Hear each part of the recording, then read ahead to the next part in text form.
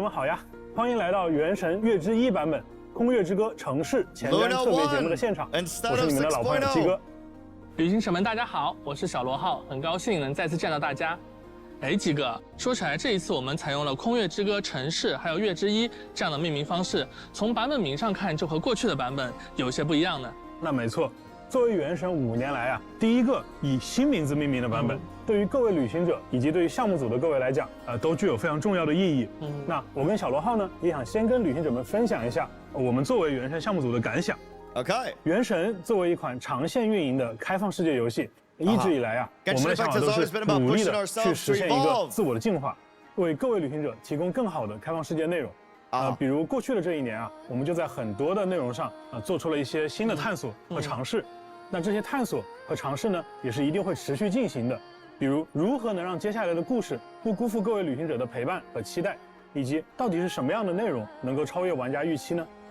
在之前Nod-Krai的幕后故事中，我们就和各位玩家分享了一些我们的思考。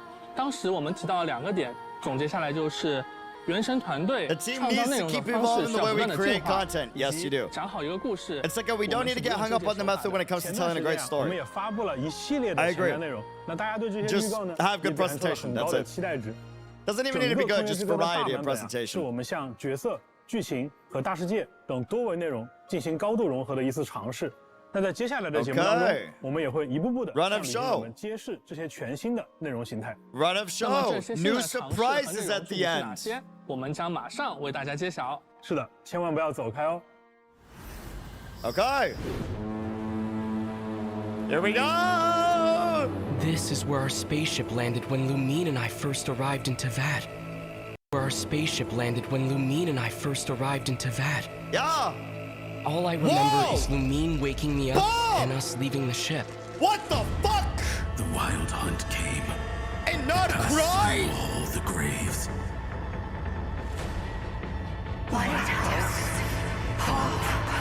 Everlasting night. What in the Honkai dog?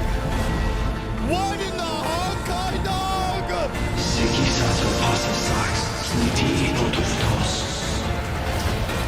Look upon my flame. Return to your graves and forever rest in Okay, peace. I haven't seen this gameplay. Oh. Oh! Oh!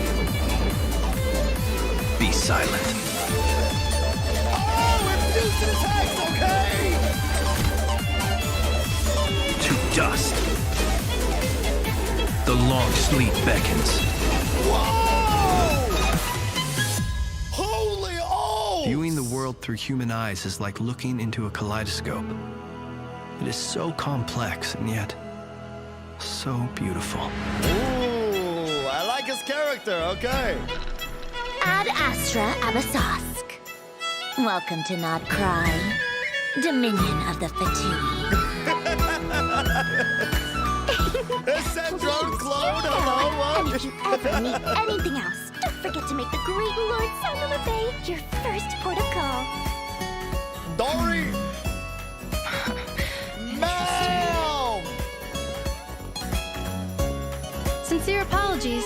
I am unable to come down and greet you at the present moment. I will have to converse from up here. What the hell? Do either of you need my help? Is that in that bottom magnet? After all, I'm the head of this household. Chew on this. I'm assuming A rank. Flash attack!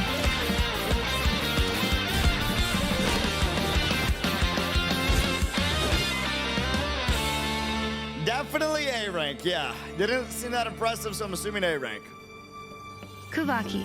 It is a unique elemental force found only in Nod-Krai, or rather, Kuuvahki. a pure, primordial form of elemental energy. Red jellyfish, They every say night. that each of their moon chanters has had access to an ancient relic that lets them see the true past. Oh! I am still trying to piece together the many fragments of our past. Not It is a influenced story by not only of the Irminsul. Frost Moon Scions, but also of the moons themselves.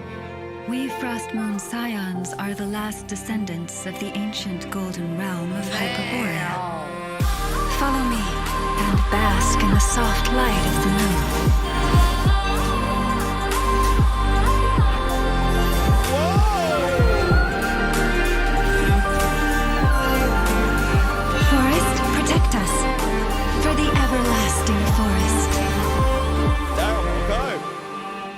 Seems to be like an elemental It is also reactor said type that character. when the moons shattered, most of their fragments rained down upon this land like stardust. Yet, successive generations of Frost Moon Scions have always passed down a prophecy that one day the moon goddess would return. That prophecy did indeed come to pass, though not quite. I still wish to return to the moon that belongs to me. That belongs to me. The Fatui built their research facility on top of the remnant over on Paha Isle, but they've had their sights set on the one here, too. The sacred relic of the Frost Moon Scions. It's been stolen. Today's encounter is merely a courtesy call, a friendly warning, if you will. Yo, we're I getting into strongly Darling advise you not to Empire stand stuff. in the Fatui's way. Holy. The Frost Moon Scions will never hand over anything to the Fatui. With your blood, we shall draw an inviolable line in the snow. Okay. No irregularities detected in the Damn, with duct. your blood. All right, Llama. You're damn. wrong. Just because Nod-Krai lacks a ruler at present, that does not mean it should not be ruled. We Fatui are simply establishing a new order. Kuuvahki Imaginary? ammunition fully loaded. Assessing risk level maximum. The Curatorium of Secrets has always striven to abide by a policy of strict neutrality. We do not take sides with any faction in Nod-Krai. Curatorium of Secrets. Please save us! Abyss I siblings? suspect your spaceship has been intentionally hidden away. Are you wondering if your sister might be in cahoots with the Fatui?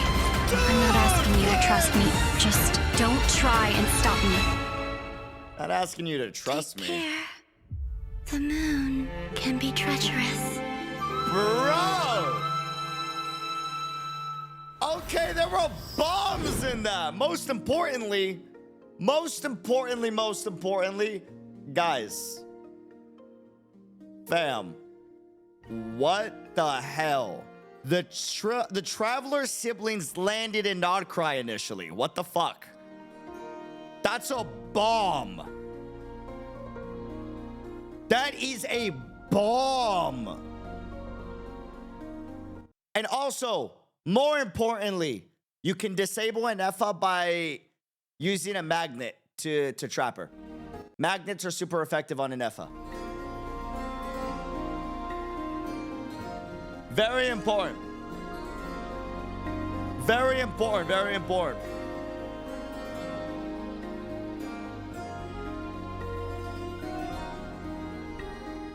So, my next question. Is Catherine Sandrone Sandrone Catherine, or is it just a clone of Sandrone that is a Catherine inside of Nod-Krai representing the Catherine of Catherines? 看完这个版本 PV 啊，我感觉各位旅行者已经有一肚子的问题想要问我们了。首先啊，大家能感觉到这个 PV 里啊，那个月亮的含量非常高。那这也是之前我们在节目里提到的罗德凯莱的一个很核心的意象。月亮向人给人一种神秘缥缈的印象，而提瓦特的月亮呢，更是蕴藏着久远的故事。罗德凯莱这片土地笼罩在月亮的光芒之下，对于外界来说，确实会有种朦胧的距离感吧。是啊，在探寻月亮秘密的旅途开端呢，旅行者们将从纳塔启程，由海路前往罗德凯莱，到达这里的第一个目的地纳夏镇。哎，那与往年一样啊，我们在这里也设置了魔神任务的快速开启功能，帮助大家能够快速抵达罗德凯莱。从我们之前发布的信息之中呢，旅行者们或多或少也了解到了一些关于罗德凯莱的情报。不同于我们以往抵达的各个国家，作为至东边疆的自治区域，罗德凯莱曾是一片繁荣的乐园，但是由于深渊灾害的爆发呀，它逐渐沦为了一片废土。随着前来罗德凯莱冒险的人越来越多，一些商人在废墟上建立起了如今的纳夏镇。那看起来如今的纳夏镇啊，好像确实已经重新焕发活力了。在旅行者们抵达罗德凯莱后不久，还会偶遇一只非常特别的小生物，它会像导游一样呢，指引着我们前往纳夏镇。这个小生物感觉功能上跟我们之前见过的仙灵比较像，倒也不错。它们是罗德凯莱的特殊物种月灵，借助月灵的力量呢，旅行者们不仅能够完成某些特殊的挑战，还能提升平常探索和跑脱的效率。可以说这个小家伙也是大家的好帮手了。在这里呢，还要向大家引入一个基本概念，和燃素还有原始胎海的概念类似，在罗德凯莱地区存在一种力量形式。它被称为乐举力，本质上呢是一种最古老的原始元素能量。那正如一束光可以被分成7种颜色，那乐举力它也可以被解析为不同的元素力。没错，它的本质上就是光界力。乐举力就像那束光在被分散之前的原始状态。乐举力它作为一种强大的自然能量，在诺德卡莱呢，居民们也会把它用在生产生活的方方面面。没错。我们刚才提到了纳夏镇啊，在纳夏镇里就随处可见各种乐举力的装置，甚至还有一些开在这里的店铺，连招牌啊和店内的设施都使用了乐举力比如这里的罗素姆工坊，在罗素姆工坊中呢，旅行者们还可以兑换到5把诺德卡莱风格的锻造武器图纸。从全提瓦特各地汇聚而来的人们，利用这种来自月亮的能源，给诺德卡莱注入了充沛的活力，也产生了独属于这里的特别的风情。刚才大家有没有注意到呀？纳夏镇里有一个熟悉的店铺标志，里面的装潢还是须弥风格。我们的老实人多利桑格马哈巴伊老爷也来到了诺德卡莱。不愧是我们的多利啊，真是一点点商机也不放过，甚至连店都已经开好了。Dori's been finding the damn Fatui. 打听到一些重要的情报，至于要付出多少摩拉，这个 Of course 不太好说了。那刚才我们讲到乐举力其实除了纳夏镇，在诺德卡莱的其他区域，乐举力的影响也是无处不在的。We got retroact rain， 它直观地影响了诺德卡莱的气候、土壤、山石等等等等。那在诺德卡莱的不同区域，它也有着不同的表现形式。而生活在这里的生物，自然也都因为乐举力的影响，发生了不小的变化。比如这里的植物和小动物都有着很独特的生态还有习性。不仅如此还有一些盘踞在这里的怪物，它们能够驱使乐举力作为自己的攻击手段。当然了，我们的旅行者来到诺德卡莱之后呢，也能掌握和使用乐举力的方法，在大世界中完成解密还有挑战。既然乐举力是元素力的原初形态那这个是否也可以有那种使用类似于神之眼的外置魔力器官来引导乐举力呢？那这里我们就要说一个在之前版本里的秘密了，对吧？在5.8版本当中大家本来会发现涅夫它原本应该显示为神之眼的字体，那文字的隐藏，它使用的是诺德卡莱的部分角色会拥有的一个神秘装置，叫做月之轮的力量来源于3月。它的持有者呢，也获得了驱使乐举力的能力。因为力量来源跟神之眼有差异 ，Its source of power differs from vision。元素反应的规则也发生了相应的异化。那这部分被异化的反应，我们就叫它月曜反应。月曜反应就是我们在玩法体系层面在反应上做的新的尝试。在未来的版本当中包括刚才提到的月感电在内，我们将对多个不同的传统反应体系进行革新。那对于大家已经接触过的月感电呢，在这个版本也将有一位全新的角色，会加入到我们的体系当中。那我们也会在后面给大家介绍。没错，还有一位。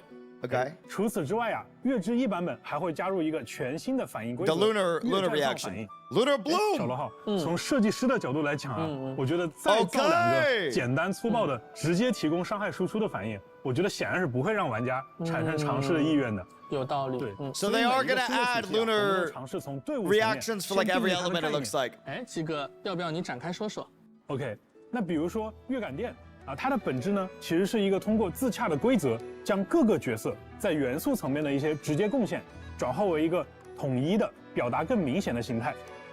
原来如此，所以月感电反应造成的伤害是和所有参与反应的角色相关的。没错。那对于月绽放反应呢，它更像是将队伍中的角色进行了一次重新分工。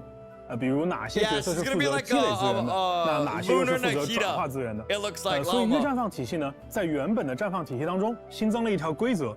也就是当队伍产生原绽放反应的时候，将积累一种名为草鹿的公共资源，而具备月绽放反应能力的角色，他们一方面是允许队伍积累草鹿，一方面呢又能对草鹿进行不同形式的利用。所以这个规则在很多其他游戏作品里，其实大家也有见过类似的形式，相信大家也会很快理解并且上手。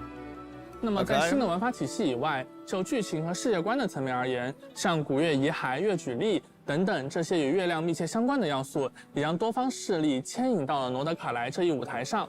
因此呢，在我们这趟旅途当中，我们不只会结识来自诺德卡莱当地的新朋友，还会再度重逢很多早已熟悉的老朋友。那接下来就要我和鸡哥就要向大家介绍几位来自不同势力的角色了。那我们就先从近的开始，我们从双叶之子势力的踊跃史拉乌马开始说起。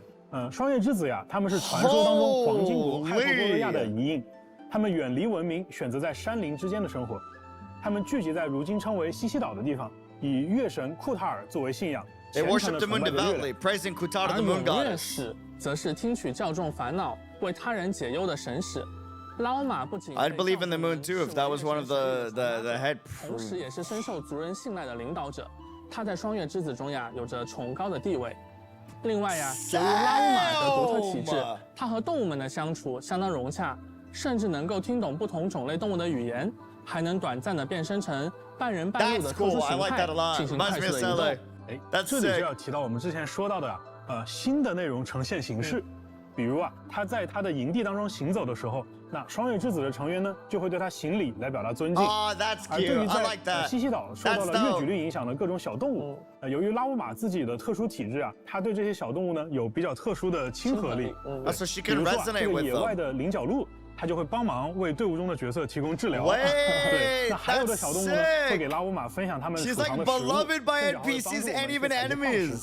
我们认为啊，就是一个开放世界，它的真实感是呈现在角色的身份、能力以及他所处的环境之间的交互能力上。比起只有大段定式的演出而言，我们认为这种融入在日常游玩形 Instead of relying on long scripted interactions, yes, that's my point. That's what I've been saying for so long. 比起 I had to pause there because I've mentioned this so many times. Designs that blend naturally into everyday gameplay feel more genuine. Yes, exactly. 或者对话表现来传达的内容 Exactly. 是融合在了大视野生态当中啊。希望这种尝试呢，不仅能让旅行者的冒险之路更为沉浸，还能让喜欢探索和交互的玩家呀，在接触到这些细节的时候，能感受到一些额外的惊喜。Very happy. 那拉乌马呀，它对于月矩律的亲和，不只是体现在生态交互能力上，还体现在 In mythology, she's described as a beautiful naked woman with a big chest. Almost pretty lore accurate. Yeah, if that's true, I think they did their research, and I would be glad to study how accurate that is or not, based off of the story. 还可以通过消耗草鹿来增强队伍当中各种绽放反应的伤害。值得一提的是啊，像拉乌马这种拥有月之轮，能够支持月绽放反应的角色，他们各自都还拥有一些特殊的伤害手段。那这些伤害呢，也会适合月绽放反应伤害。所以拉乌马呀，它不仅是绽放体系当中的一个强力的辅助角色，它自称也可以打出月绽放反应伤害。又能辅又能打。没错。拉乌马的元素战绩啊，可以降低敌人的草元素以及水元素抗性，而它的元素爆发呢，则会提升整个队伍绽放相关反应的伤害。此外，由于月绽放产生的特殊资源草鹿的存在，拉乌马可以长按元素战绩，额外消耗草鹿来积累一种名为月涌的效果。月涌会为拉乌马元素爆发的效果带来额外的增伤次数，同时呢，也会直接造成月绽放反应伤害。那几个啊，除了月绽放，那之前我们旅行者们就接触过的月感电，是不是也要迎来新成员了？有的兄弟，有的。那除了双叶之子以外啊，在诺德卡莱我们也会接触到其他的势力比如大家非常感兴趣的一个势力叫做直登人。在魔神任务当中，我们就会结识直登人当中 Nikita like C2 but just built in as C0. 神秘成员。Yo, Flins, your gameplay looks sick. 维奇、菲林斯。我们在5.5版本中圣遗物故事和之前的新版本预告中，曾经和旅行者们简单提到过关于直登人的故事。那是一个守护诺德卡莱自由和和平的古老组织，长久以来对抗着深渊无休止的入侵和狂烈。那直登人这个词啊，顾名思义离不开手里的一盏提灯。不过这盏灯的意义啊，不仅仅是为了照明，还是他们对抗狂烈的武器。而这一点在大世界生态上也会有所表现。当直登人的提灯靠近危险的时候，它会转变为警示危险的色彩。而作为经验老道的直登人，菲林斯甚至可以听懂狂烈发出的那些常人难以理解的低语。I'm assuming that's Wild Hunt. New enemies are crazy. What the hell? My 那在战斗层面当中啊，菲林斯也使用了月之轮的力量。因此，他和伊涅弗一样，也具备将队伍中的角色触发的感电反应转化为月感电反应的能力。菲林斯通过自身的元素战绩，可以唤出灯中的力量，将自己的普通攻击和重击转化为无法被覆盖的雷元素伤害。而它的元素爆发呢，既可以在元素战绩期间作为派生技能打出，也可以单独释放，并且元素爆发造成的部分伤害将会视作月感电反应伤害。目前，菲林斯在中夜长营独自居住，他守望着同伴们的坟冢，也监视着狂烈的动向。Bro, he's the Levi Ackerman of Nod-Krai. 会有一些奇特的遭 He 遇。 looks so fucking dope. 那刚才我们为各位旅行者介绍了2个相对神秘且古老的势力。那接下来出场的这个势力听名字就很轻松活泼甚至可能有点稚气。之前我们公布罗德卡莱的各个势力的时候也观察到很多旅行者觉得这个取名风格跟其他的势力有点不太一样对。你说的一定是叮铃哐啷蛋卷工坊。对，想必能给工坊取这样的名字这个工坊的主人也应该同样有趣。说到工坊的主人，旅行者们应该已经知道说的是谁了他就是伊涅弗的家人艾诺。是的，完成了5.8魔神任务的旅行者，其实已经在剧情中和伊涅弗打过交道，也了解了一些有关艾诺的消息。别看艾诺平时一副天真活泼，嚷嚷着要吃蛋卷的样子，其实他是一位天才机械发明家。除了用各处搜集来的零件组装出了伊涅弗这位机械少女，他还为纳夏镇专门设计了一门大炮，用来对抗狂猎大炮呀！那看起来艾诺对机械有很深的造诣他也能利用自身携带的机关进行战斗。艾诺可以通过释放元素战技，操纵身后的机关扳手，让自己快速移动，并且对敌人造成伤害。而它的元素爆发呢，会抛出一个可爱的喷水机关，叫做冷静一下压，间歇性的去攻击敌人，造成水元素伤害。那他和伊涅弗呢，也会成为拉乌玛和菲林斯的好帮手。对了，艾诺也是我们第一位拥有水元素神之眼的双手剑角色。那这样我熬幽静微战拿到的水元素双手剑外观，可终于可以派上用场了。没错。不过呢，忙于机械发明的艾诺在日常家务上可能就没有那么有天赋了。好在有伊涅弗这位家人的照顾，不然光凭艾诺自己，很有可能把日子过得一团糟。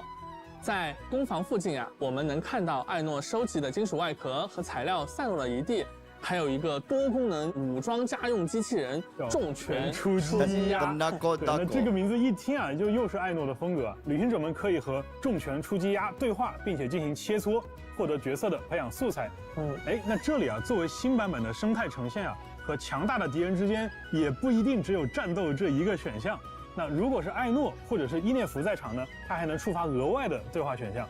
几个我看其中一个对话选项是开启攻防秘藏。没错。那不知道旅行者们有没有发现就自己队伍里的伊涅弗在好感度达到6级的时候，可以领取到一个奇异的螺栓。而在新版本的探索当中呢，也会有其他的方式获取到更多的螺栓。消耗一定数量的螺栓，就可以在工坊秘藏处兑换专属于艾诺和伊涅弗的独特道具。那拥有道具之后呢，艾诺和伊涅弗的一部分外观还会发生变化。我们刚才介绍的3位新朋友都会在《空月之歌》城市的魔神任务第1幕《雪浪与苍灵之舞》中登场。而在任务开始后不久，我们就可以和艾诺相遇，随后呢就可以直接邀请他加入旅行者的冒险队伍了。As expected of a point. 那随着故事的展开我们也将会对3位新朋友有着更加深入的了解。顺便一提，在罗德卡莱的一些地方，让这些来自罗德卡莱的角色和当地的居民互动，居民们也会根据角色的不同呢，做出不同的反应甚至有可能从他们身上收获一些小小的馈赠。这些不同势力的角色的确都很有魅力大家也一定很期待在新版本的魔神任务剧情当中，他们会有什么样的交集。It's interesting how the last 2 versions have been pipsqueaks. 为旅行者们简单介绍一下有关这次版本魔神任务的情报吧。好呀。首先想和各位旅行者们聊一聊的是，在这次新版本在剧情安排上会有一些变化。我们也从过去的剧情中积累了一些经验，我们意识到有时或许需要打破陈规，根据最好的体验预期重新编排剧情。刚才为大家介绍过的角色，像拉乌玛、菲林斯还有艾诺，他们的背景故事和魔神任务的展开密切相关，因此在本次我们将传说任务和魔神任务两者紧密整合在一起。这不会是一个新的陈规，而是在空月之歌城市这个版本最适合为大家讲故事的方式。比如说，在空月之歌城市的魔神任务剧情中， What does that 旅行者们将会 mean? 与 Like 身为 character 双月 story? 之子永月使的拉乌玛一同深入到对抗鱼人众的冲突里。旅行者会逐渐了解到拉乌玛的过去，对双月之子想要守护的月神产生更加深刻的认知。而在直登人菲林斯在和他相处的过程当中，我们还会直面狂烈的威胁，在旅途中感受到直登人誓死守卫罗德卡莱的那份坚持。 So I'm furious, essentially. I got mixed feelings about that, but okay. 包括鱼人众的执行官木偶、月之少女 That really was 哥伦 her. 比亚，以及密文馆的老板奈福尔和他的合作伙伴雅克达等等，也同样将在空月之歌城市版本中和各位旅行者见面。当然啊，我们熟悉的老朋友西风骑士团大团长法尔加，他似乎也在纳夏镇为旅行者们留下了一些线索。你刚才说到了少女哥伦比亚，那她作为从东岳鱼系就露过面的角色，在新版本啊，她的称呼也从鱼人众的执行官变成了月之少女。那小罗号今天是不是可以跟旅行者们再透露一下其中的一些缘由？当然可以啊。那我们就要从久远的过去，夜空中曾挂着3轮明月的时候说起。我觉得也没有必要那么久，对不对？那碍于篇幅限制啊，那我们今天还是简要一些。从之前已经释出的信息中，旅行者们或许已经推测出少女和月亮之间有着紧密的联系。当新版本大家前往纳夏镇、西西岛这些地方的时候，还能见到罗德卡莱特有的星月神像，上面雕刻着的呢就是曾经的少女。罗德卡莱其实是少女的故乡， So it is her homeland. 你刚才说到曾经的少女，那也就是说呢，少女被当作神明来崇拜，已经是她加入鱼人众之前的事情了。没错，目前呀，少女出于某些原因离开了鱼人众，暂时长存在西西岛附近。那既然罗德卡莱的不同势力都是为了月亮聚集于此，那么少女呢，也必然会跟各个势力之间都产生一些关系。那关于新版本的魔神任务的更多内容呢，就请旅行者们亲自前往游戏内探索了。OK。对了，虽然在这个版本啊，传说任务跟魔神任务进行了整合，那我相信大家肯定很关心啊，那我们该有的奖励会不会被落下，对吧？那我在这里我在这里告诉大家，就是对应的角色培养材料和原始奖励将会跟随魔神任务完成的500原始奖励一同送出。所以旅行者们在完成任务之后啊，不要忘记领取哦。那么在剧情方面，除了上述的变化之外呢，我们还会推出一个全新的内容模块，叫做剧所，为旅行者们展现角色在提瓦特生活的种种剪影和片段。正如之前的幕后节目中和大家说过的那样，原本一些祖宗之法不可变的传说任务、邀约任务的内容，我们会尝试用更加润物细无声的方式，自然融入到这个世界的探索和交互当中，让原本的内容呀跳出传统的任务模块，用一种新的方式呈现给各位旅行者。既然是剧所啊，那顾名思义，也就是旅行者跟小伙伴们相聚的场所了。是的，在剧所里，旅行者们不仅能够随时和伙伴们聊聊天，也能够推进和他们有关的大大小小的特殊事件，体会他们所经历的生活。在完成这些事件的过程中，逐步了解到他们所属势力的更多信息。在月之一版本，旅行者们可以和菲林斯、拉乌玛、艾诺3位角色共同建设各处的居所，比如前往丁灵筐狼蛋卷工坊，观察伊涅弗和艾诺的温馨日常；到双月之子的双月之房坐一坐，和拉乌玛一起阅读流传在双月之子里的各类传说与故事，或者去前往菲林斯所在的住所，听他讲述直登人的悠久传说。旅行者们在剧所内消耗冒险中获得的月之印，还能够提升剧所的共建等级，升级剧所也能获取不少奖励。这里需要特别说明的是，在诺德卡莱，少女也拥有一片独特的区域，那是新生之月柱次的圣所，被称为银月之庭。那在这个银月之庭当中啊，其实少女会向你提出一些小小的请求。或许是哼歌，或许是谈心，对吧？或许是和你一同在月光下漫步。那当你在回应这些请求后呢，少女还将答谢你的好意，为旅行者在罗德卡莱的冒险提供强大的帮助。鸡哥啊，聊完了新角色和新剧情，我们是不是可以揭晓旅行者们很关心的这次新版本活动起源的安排了？起源啊，那这么多的新内容啊，肯定是要和新伙伴一同冒险的。在月之一版本的上半期，拉乌玛和纳西达将会迎来概率 up。不仅如此，新的极路祈愿也将在上半期开启。那看到纳西达的旅行者应该能猜到，这次的极乐学院有大量的须弥角色出场。那各位关注草元素策略体系的旅行者们，不要错过。OK。五星法器仿叶天境也将在上半期武器活动起源当中出现。That's nice。而在下半期，菲斯和叶兰将会加入活动起源。I already have her at C6. It's okay. She already drained me dry when she first came out. There was a 3-stream video series on my channel where like I just kept folding for her like day after day. 除了全新武器外，月之1版本更新后啊，还会增加2套全新的圣物。Dude, okay. Sokimuk Serenade, Night of the Skies Unveiling. Skies Unveiling. That's gonna be crazy, Lord. 全新的诸生秘境来获取它们。Yo, Laura, these are gonna be nuts. 介绍了这么多内容啊，我觉得可能也需要一些时间让大家消化消化。那不如我们来看一条有趣的短片，直观的了解一下诺德卡莱独特的自然环境吧。接下来还会有我们的研发同学为大家带来诺德卡莱的生态、势力和版本活动信息。补充一下，也包括大家非常关注的愚人众相关情报哦。大家请千万不要走开。Fatui info, okay. Okay. Guys, my favorite thing so far. Hold on, I'm gonna shut up. Hold on.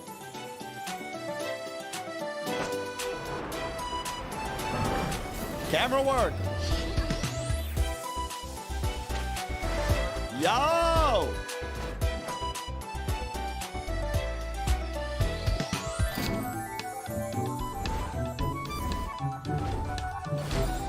Here in Nod-Krai, the power of Kuuvahki is not to be underestimated.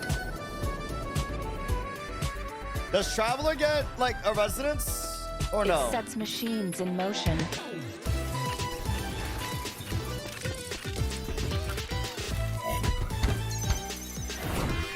And fortifies the creatures of this land.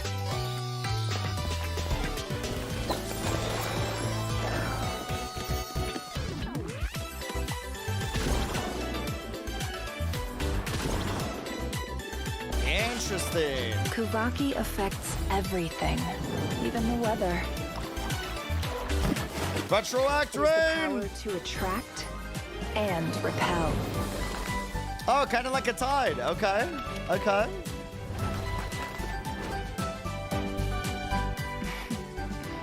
Of course, that's just the beginning of the story.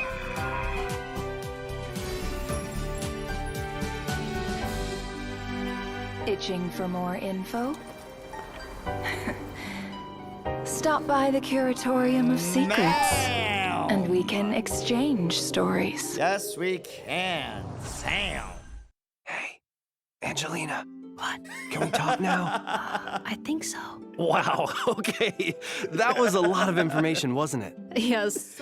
Bro, I like the voice actor of Flins. Didn't hold back, He's got my that's energy. for sure. Totally. That's my From the ass. characters to the story, there's just so much to take in. Okay, what are you looking forward to the most so far?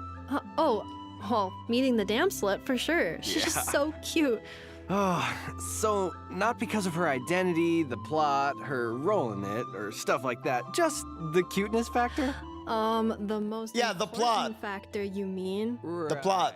How could I forget? The plot. Well, the Lunar Yes, the reactions plot. also Thank seem you for super that. Cool. Anefa and Flins can both convert electro-charged reactions into lunar-charged reactions, and Lauma can convert bloom reactions into lunar bloom. That's right. And since Aino is Hydro, she can help trigger both. Oh yeah, the team comp is really coming together. Definitely. Oh, wow, that was fast. Looks like it's time to hand things back over to the doves. Okay. Favorite thing so far, they're going better with like the natural storytelling and like open world actually having interactions with, you know, the characters and stuff. It's really nice. 旅行者们，大家好，我是原神的任务设计程少，初次见面，请多关照。旅行者们好，我是原神的关卡设计魔王。接下来的时间呢，就将由我们2位继续为大家带来更多关于诺德卡莱的情报。程少，你看了刚才的短片没？里面其实介绍了很多关于诺德卡莱的有趣的生态环境的。的确，旅行的重要一环就是了解新区域的风土人情嘛。说到风土人情，我们也希望诺德卡莱能带给旅行者超越以往的、更新鲜、更有沉浸感的体验。What we got？ 不知道你还记不记得刚才鸡哥他们提到的一些势力，像是双月之子啊、直登人这些？记得，感觉啊，他们跟旅行者比较友好，甚至我觉得应该能跟旅行者成为朋友吧。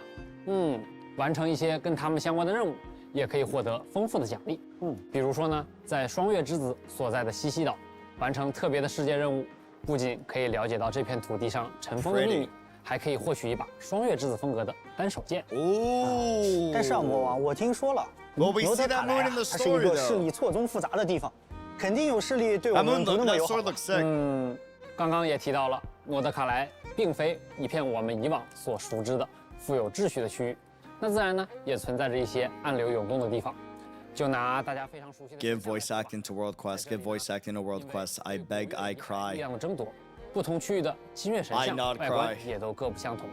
有的神像呢已经完全被金属装置所包裹了起来，而各种原因就不得不提到诺德卡莱另一个非常重要的势力，也就是愚人众。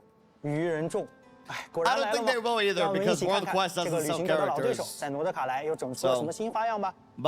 在刚才的内容中呢，大家已经看到执行官木偶现在正活跃在诺德卡莱，而在他的带领下，愚人众迅速的在坠落的古月遗骸上建立起了一座巨型的要塞。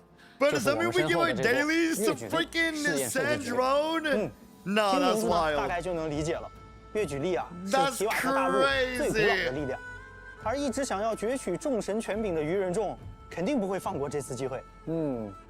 遵照最高指令，苍星圣士呢，从至东本土而来的大批愚人众精锐部队都已经汇聚在了诺德卡莱。他们在试验设计局利用周边的资源，生产了大量的以越举力为能源的战争兵器，在诺德卡莱呢也形成了一股强大的军事力量。我感觉从蒙德的先遣队到枫丹的特务组织，这个愚人众的科技水平一直在进步啊！看起来是不是也变得更难对付了？有可能。不过这些兵器既然是用越举力开发的，我们是不是也有什么办法可以反过来利用这一点对抗愚人众呢？哎，有的，兄弟，有的。在诺德卡莱啊，旅行者使用越举力时，不仅可以利用它神秘的吸引或排斥的力量完成关键技能，夺取别的武器，甚至还能打断他们的技能。哎，话说回来，部署了这么多军事力量，在诺德卡莱，相信大家都好奇，愚人众到底要干什么？其实啊，如果旅行者们对这件事情感兴趣，可以在版本更新后自行前往一探究竟。不过可要小心了，试验设计局呢，作为愚人众的地盘，自然也是戒备森严，非常危险。这可难不倒我们旅行者。虽然戒备森严啊，但是实验设计局结构复杂，总有空子可以给我们钻。旅行者可以选择从正门闯入，直面愚人众的阻拦，或者可以选择掩人耳目，利用建筑中的管道等结构偷偷潜入。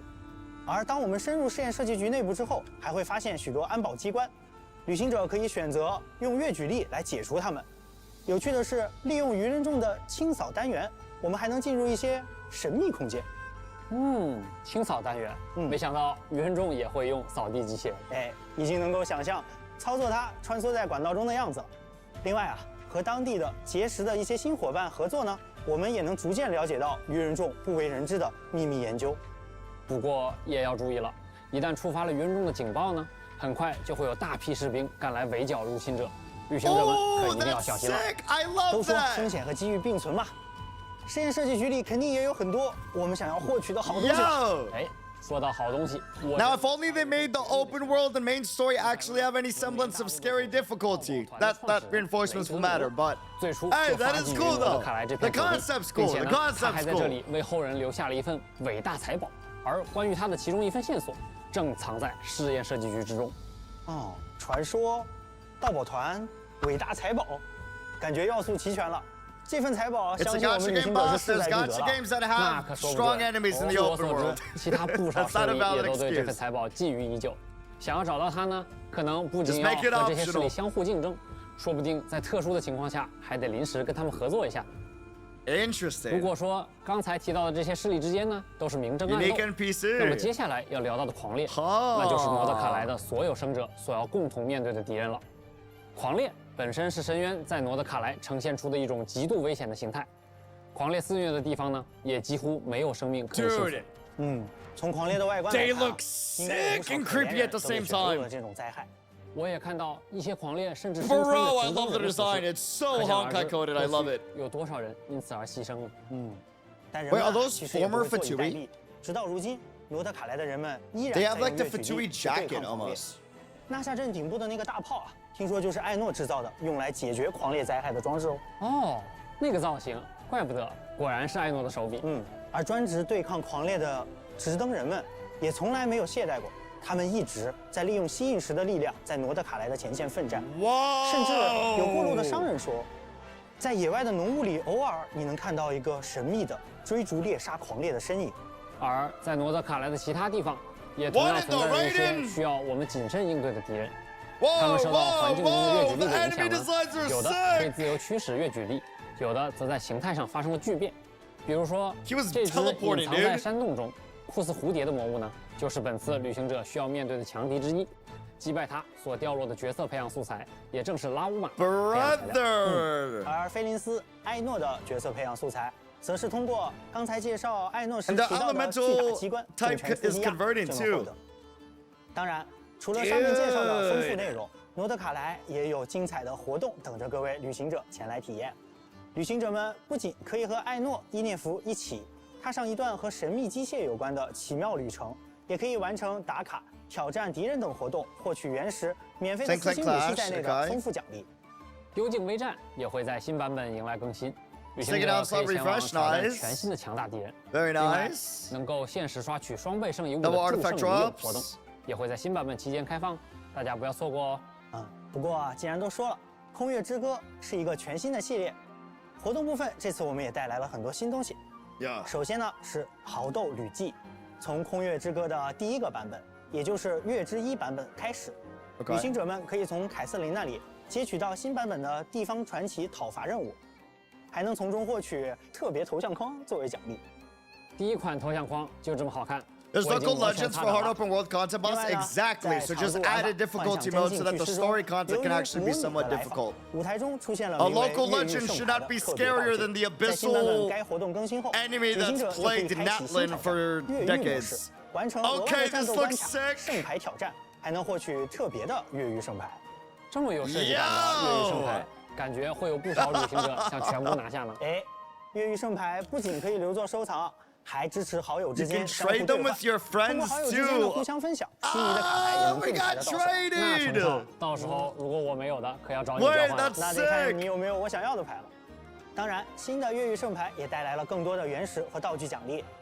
另外呢，会想游记也将迎来更新。That's dope. Okay, I like that. 恰逢原神5周年，大家熟悉的音游活动也更新了全新的周年专辑，和各位在音乐中一起庆祝走过的第5年。新的谱面主题呢也迎来了更新，希诺宁、神里灵华、迪卢克的谱面也都将上架商店。那自然啊也少不了我们的老朋友七圣召唤，我们也准备了很多新的角色牌面和内容。这张新的卡牌的效果有点好看。角色邀请、热斗模式、助境演练，这些丰富内容也等待着各位。That is a crazy card to have. Not gonna lie. 你还记不记得 ？Okay. 之前项目组的同学跟旅行者们预告过。有一件关于游艺旅文的事儿。We got the G Dragon. I don't know. I never know how to say his name. I butcher it every time. 好像说是把它打磨完以后会常驻在游戏。没错。那么新版本呢，它来了。版本更新后啊，旅行者就可以领到一个笔记本，其中记录了游艺旅文中角色和旅行者之间的点点滴滴，并且还有一个小惊喜：领取笔记本后就可以前往到期的冥神大社，在这儿也会出现一处特别的场所。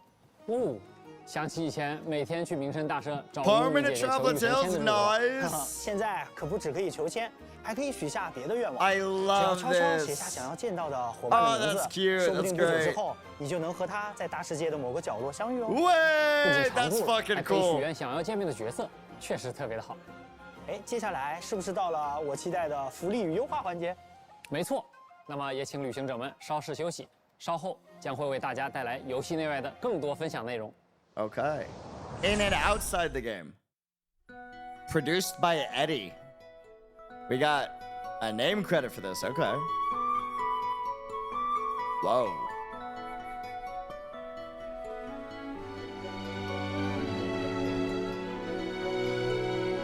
Fan animation.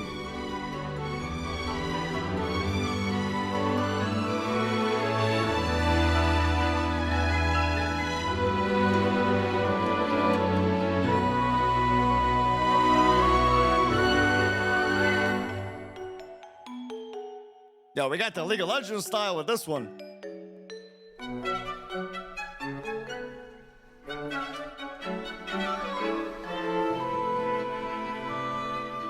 Okay.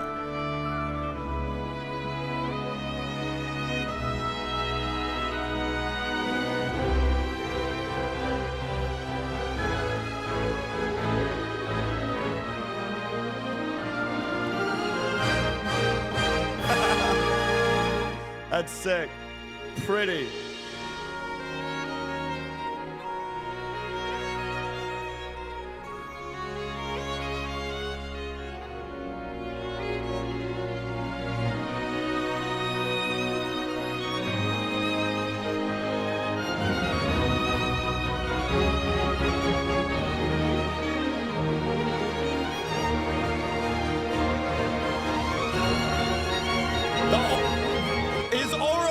Dog.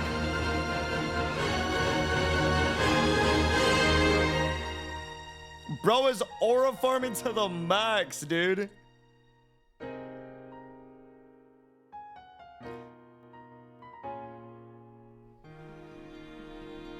Yeah.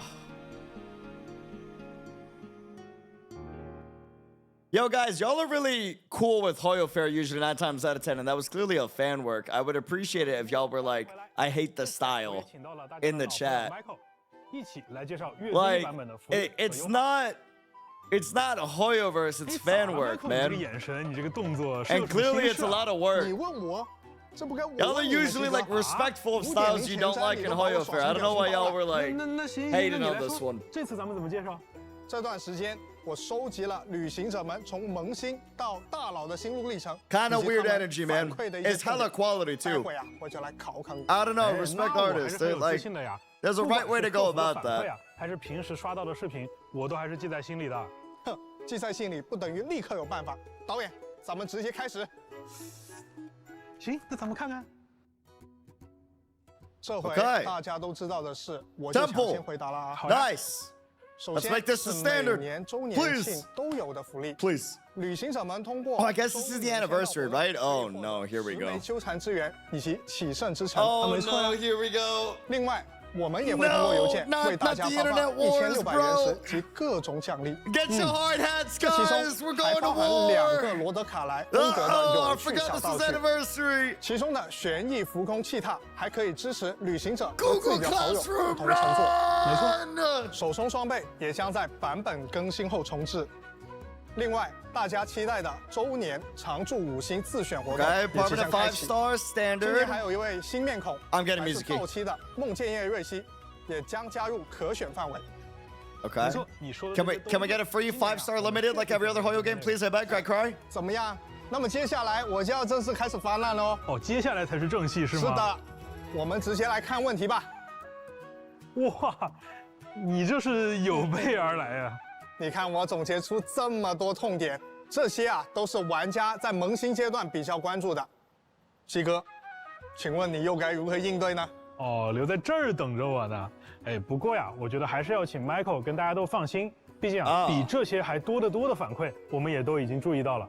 相对应的呢，我们也准备了一批优化。Okay, 也请 quality 导播 life 之后加上来。 feedback. Hold on. Michael， 看看你的设备上现在多了些什么？好，让我看看。冒险阅历获取途径更多，那就是等级提升更快了。 Okay, so mostly like catch up for new 这个游戏内的 players. 教学感觉确实是很直观哦。这个且试身手门槛降低是什么意思？哎，且试身手啊，是我们每次推出角色的时候都会有的一种教学关卡。那 So new 现在 player 我们 quality 对它 life. 进行了一次优化，也就是当旅行者们已经拥有某位角色，并且在之前啊也通关了他的且试身手活动的时候呢，在新的且试身手活动上线的时候，就可以直接领取奖励了。OK， 我懂了。那感觉第3条也很方便呐，不错不错。哎，鸡哥，那最后这条多人游戏难度下调，这有什么说法吗？哎，这个我也必须解释一下啊，因为在原神当中啊，寻求多人游戏组队的旅行者，其实有很大一批他并不一定能够单独挑战游戏中的强敌或者高级秘境。而我们默认设置的这个多人难度的调整规则呢，其实是以大家都有独立挑战的能力。We have easier difficulty, but they refuse to give us harder difficulty. Please, I 有时候会遭遇 beg. 更艰难的战斗情境。因此，我们在新版本之后呢，下调了大世界以及部分材料产出秘境的联机难度。哎，确实啊，过去呢，我带同事过本的时候，偶尔也会小翻车一下。 Give us a harder one, man. 但现在的话，带同事过本就更有效率了。哎，等等，我好像被你带跑了，这才说到哪啊？继续。那接下来我就要为和我一样的老玩家 It's good 说 for 句 new 话。 players, but like, give us endgame for some. 期间也遭遇 It's for co-op beauty, yeah, but if you have endgame builds, co-op is still really 我 easy. 不说，你心里都应该有数。那对于我们这些老玩家，你又准备了哪些惊喜呢？哎，那对于老玩家而言 Just add the choice for difficult levels. 等一下 Wait, he said veteran players, hold! 我觉得还得单独再提2个事儿。还有单独要提的是的，很重要。第一个就是每日刷体力。虽然之前啊一直都有优化，比如5.8版本优化了一些，但是这么久了还只能用40点体力合成一次浓缩树脂。 另外还要去抓金蝶，还得合成， Okay, resin, not difficulty, sadly, but resin, okay. 圣遗物，每年我都在提。 Artifact loadouts. 今年我还得提。 Artifact loadouts. 比如我刷了好多圣遗物胚子，啊，看起来好像有用，但又不敢把它合成或扔掉，只能存着，生怕哪一天用上了没了，弄得我现在都爆仓了。的确，那 Michael 说的这几个问题也很具体啊。 除了萌新玩家以外，我们也在为提瓦特的老玩家们准备一些优化内容。Long-term players with optimizations, okay? Michael， 你刚才的问题都是能得到解决的，要不我们继续看看。Okay. 哎，等一下，我作为同事还得提前劝你一句啊，劝我啥？没有优化好的东西，你不要硬说。你要是瞎说了，最后还不是我想办法去收拾。哎，这个你不用怕，不用怕。既然今天我让你反客为主。 那我一定是准备了足量的惊喜。They're doing the Unreal Dreamer stall. 的需求那么多的规模。I'm familiar with this. I do it with my chat every day. 准备了什么？第一个，我懂，也就是新版本，只要我探索到一定阶段，就能直接找齐这些宝箱跟神童，对吧？对。啊，这个 I have mixed feelings about that, but that's a great optimization. Options are always good. 应该有点像纳塔的部族秘藏，这个也很不错。 That's correct. 毕竟。 启圣之城对我来说呢，肯定是比祝圣之窗更珍贵的。那你再往下看看。That's correct. 第3、第4个，哎，对。 I have mixed feelings, but it's an option. Options are great. We like options. More options. 这第3条和第4条啊，我要一个一个说。首先是大家都很关注的圣遗物。Artifacts loadouts. 有很多旅行者就跟 Michael 所说的一样，拿到了非常多的3次条的圣遗物胚子。 那你们总想看看，哎，我把它强化到+4之后能出什么好词条？但是从月之1版本开始呢，大家就不用这么麻烦了。所有的圣遗物从一开始就会直接显示它还没有解锁的词条，这样就可以减少了很多操作的时间和资源的消耗。除此以外呢，我们也支持旅行者直接使用祝圣油膏和祝圣精华来填充祝圣之霜的萃取进度了。而高等级的圣遗物萃取的时候获得的进度也会比以往更多。至于第4条。 也就是 Michael 你很关注的领取多倍奖励的手段优化。首先啊，在新版本更新后，我们在各种兑换奖励的场合，现在可以直接消耗40点数值领取双倍奖励，并且啊，在此基础上，浓缩数值的配方要求也从40点数值变为了60点数值合成，也就意味着它可以直接兑换3倍的奖励了。 除此之外，还有一条，也就是浓缩树脂跟金蝶捕捉龙的配方也有了更便捷的获取途径。在此之前，你应该还记得它们是放在2个城市的声望系统里的。对。那最后还有一条是，我们可以直接在奖励结算界面使用原石快速购买树脂来领取3倍奖励了。Not that I do that. 这样我以后就可以少很多麻烦。 消耗树脂也变得更方便了。 Dude, that's actually so big. 很好，但我感觉 way less mindless farming in domains. Love that. That's big. Big fan. And then that 4th hidden stat, artifact loadouts. 你别不说话呀。我没有不说话呀，我不是把你的问题都回答完了。 Bro, you hyped up something. What? 不对。 What else do you have? 这一集我看过，你肯定马上就要从椅子上拿出一摞卡。 Bro, he's hyping this up. 这回真没有 ，Michael， 我实话跟你讲，真没有。Improve the weapon banner. 100% guaranteed. 比你们想象的要多。 Like last time. 今年我们不搞小卡片。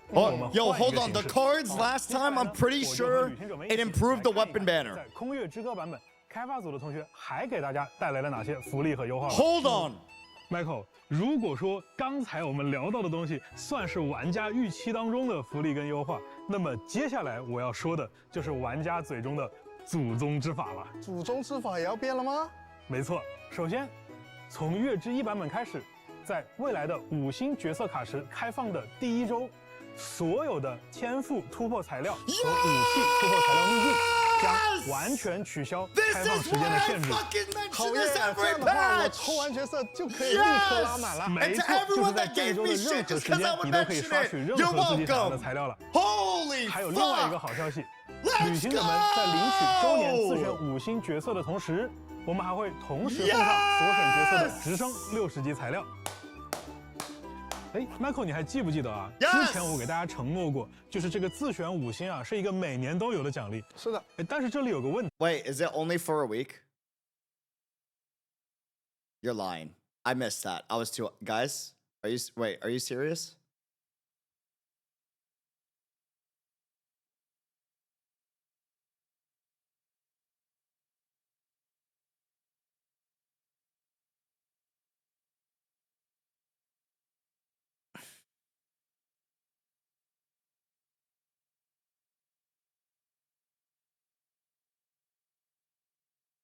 I mean, it's better than nothing, I guess. But bro, why not just make it permanent? 那就是对于很多后续入坑的旅行者啊，如果没有赶上这次周年庆，那就会完全错过这个奖励。确实是哦。对，所以这一次为了让新版本期间刚刚入坑的玩家也能够顺利获取这些角色，这个自选5星活动的开放时间呀，也会做相应的动态优化和调整。具体的详情呢，也请大家去关注后续的官方公告。Better than nothing, I'll take it. It's better than before. 都是入坑原神的最佳时机了哦。是呀。不过鸡哥啊，我觉得虽然这些都还不错，但像我这种 better than 全勤的玩家 I find most of my issue in that first week anyways, but still. 确实啊，对于全勤玩家而言，你基本上都能拿到，对不对？好。那接下来的内容就没有这么简单了。那下面这一条福利啊，我们用老办法。Michael， 让你用设备亲自现场体验一下。好，我看看。啊，又是让我现场抽卡。没错呀，鸡哥，这次 weapon banners improved, maybe？ 这不就是普通的祈愿吗？那你抽抽看嘛。What is this？ 哎，我抽到了梦见月瑞希。哦。哎，不过这个角色我已经抽满了。 Oh my God, something above C5。这不相当于我的 C6。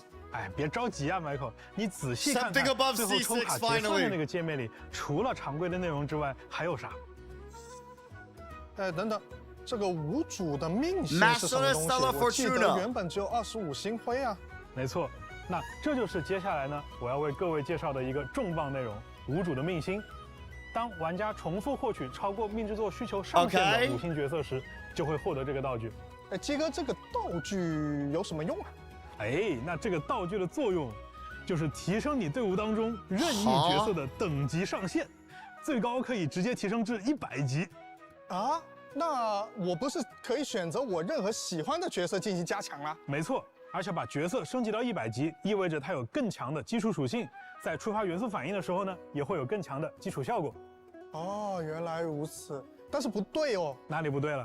我过去抽了不少的溢出角色，那我不是亏爆了吗？哦，你的意思是说啊，过去抽到了溢出角色拿不到这个无主放心，亏不了你。OK， 这次的改动时装之后呀，我们会一直追溯旅行者所有的抽取记录，并将对应数量的无主秘星直接发送给各位旅行者，大家也不用说刻意攒资源到月之1版本再抽卡了。等等。所有，没错，指的是从开服到现在的所有吗？对，太好了，那我岂不是能拿到不少的命星去升级？以后啊，我可以拿到这些命星去拉一帮100级的角色出去炫耀了。我溢出的部分也终于有用了。不过我想啊，90级到100级，那按照以前的惯例，我 I 岂不 still 是 I 要 still 准备海 got 量 I still got mixed feelings about it, but we'll talk about it. We'll talk about it. It's better than nothing. I'll take it. Because before it was just awful. 只能对已经90级的角色使用，但是相对应的啊，角色的当前等级和最大等级是会同步提升的，也就是说不需要准备额外的经验书和摩拉了。不会吧 I wish they went the Hawkeye Star route though. I'm not gonna lie.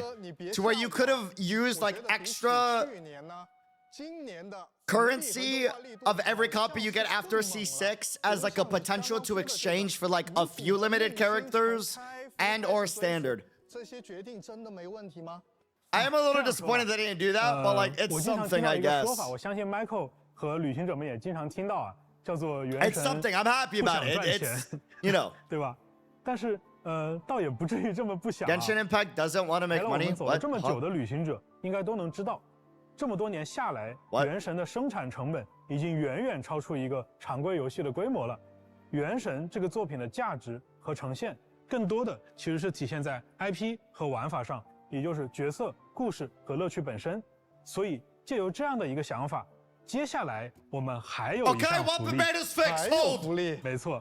这个福利也是出于刚才上述的考量，为了见证玩家和角色以及故事的牵绊，由开发组的各位共同为旅行者们献上了一个新的玩法系统，叫做例行修远。在例行修远系统当中，旅行者在提瓦特的一举一动都会被铭记，而提瓦特的命运呢，也会因此与你产生共鸣。这将会允许你和你已经拥有的某位角色之间产生一次更强烈的牵绊。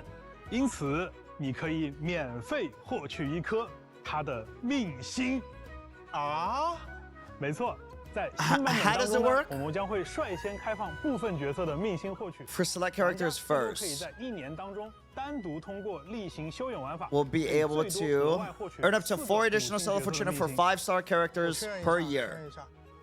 我们今年不仅送一个常驻5星，只要玩家愿意，他还可以获得4个限定5星吗 Wait, claim 4 5-star characters or dupes? Which one? 你这个不想赚钱的刻 Wait, Constellation, right?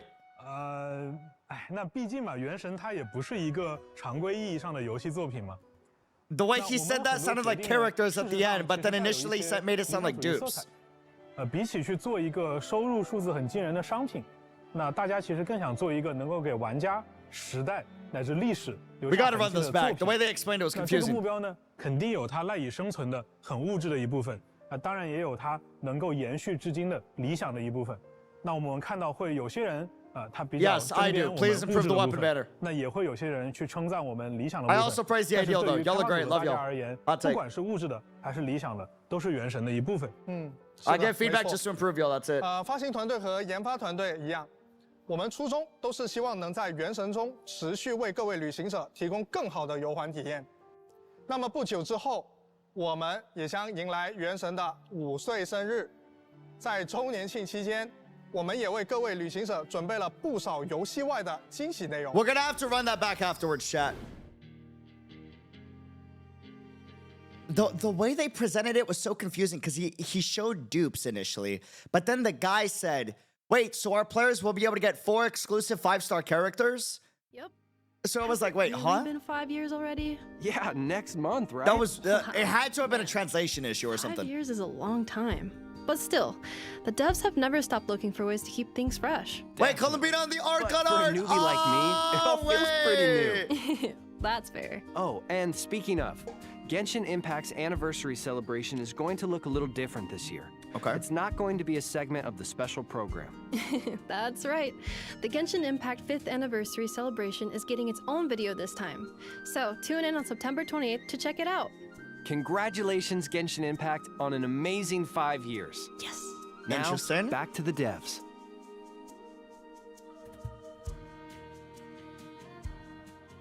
We're gonna run it back to 旅行者们，欢迎回来。接下来啊，又到咱们1年1度的品红秀环节了。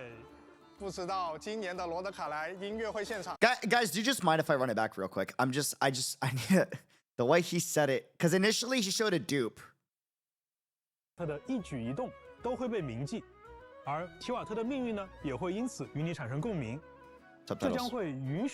This will allow you to forge an even deeper connection with one of your own characters. You can select a character from the roster displayed on the right that you wish to obtain Stella Fortuna for. When you complete 8 weekly training goals for this cycle to temper thyself, you can claim the chosen dupe, it sounds like. It looks like the roster is a little limited, but... Or maybe it's just based off of what 5 stars this account has. 产生一次更强烈的牵绊，因此你可以免费获取一颗它的命星。Yeah. So 没错 ，dupes 当中呢，我们将会率先开放部分角色的命星获取，玩家最多可以在1年当中单独通过例行修养玩法，可以最多额外获取4个5星角色。So it's up to Sumeru. That's the catch. I'm not seeing any Fontaine characters. Not seeing. That's still great. That's way better than before. And honestly, like, I'll take it because there's some characters that I want constellations for, especially for free. Traveler can claim 1 Stella Fortuna for characters you own from the list above. Each character can only receive it once. Oh, so you can't get, like, multiple dupes on a single character. 我们今年不仅送一个常驻5星，只要玩家愿意，他还可以获得。They can also claim 4 exclusive 5-star characters. The way that was translated was really weird. That's still really good. I'll take it. I'll take it. I was hoping for another weapon banner improvement, though. I'm not gonna lie. Or like, you know, a recent limited character. Still, for free. The devs have never stopped looking for ways to keep things fresh. Definitely. But for a newbie like it's still me, good though. Still great. Pretty new. That's fair. Oh, and speaking of, Genshin Impact's anniversary celebration is going to look a little different this year. It's not going to be a segment of the special program. That's right. The Genshin Impact 5th anniversary celebration is getting its own video this. 又到咱们1年1度的品红秀环节了。Highbrow segment。不知道今年的罗德卡莱音乐会现场又将有哪些特色的民族乐器呢？是呀。 那 Michael， 你还记不记得去年纳塔交响乐的现场啊？那看得大家是热血沸腾啊！是的，而且我们的主题曲音乐，每次在大家做完魔神任务之后，回头再听啊，都能发现其中蕴含了非常多主线故事有关的讯息和细节。没错，我已经脑补到1年后啊，又回来细细品味这个主题曲的情境了。是的，为了旅行者们这次的观看体验呀，我们在交响乐现场开始前，请到了一位我们的老朋友，乐队指挥罗伯特先生。 带着大家偷偷潜入录音幕后，一探究竟。Okay. Here we go.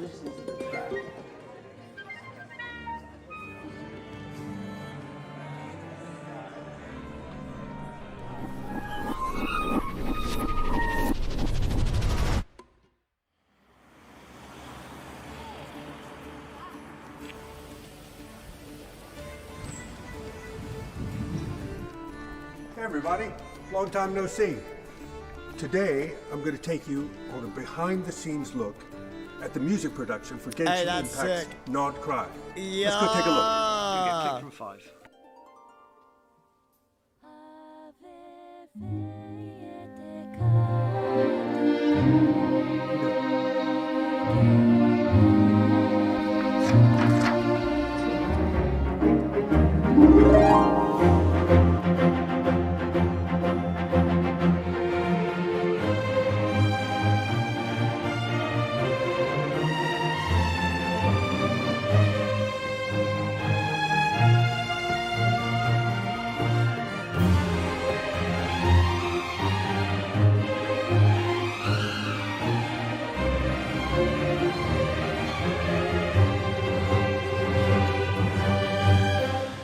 So it's really exciting for the LSO to be back recording some of Genshin's music. I can hear in the headphones there's a lot of kind of Celtic instruments. We have some different kinds of rhythms. I'm sort of imagining very different kind of landscape. And I think it's going to be very exciting for the viewer to, you know, play around with different things and just in a completely different sound world.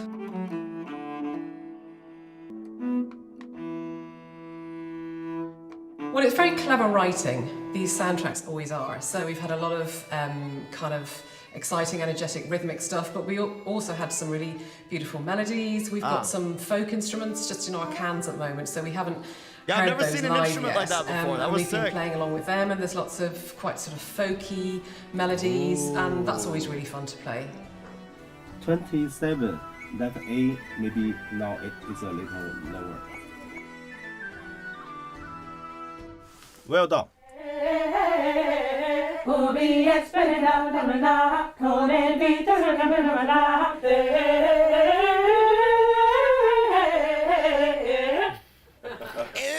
Happy with that, he said. Yeah, all right, I'll be there. Okay, bye-bye. Sorry, guys, but I have to go to Snezhnaya right away for some important business. So I'm going to hand over to my good friend and great conductor, Ben Foster, for the live concert. Best of luck, Ben.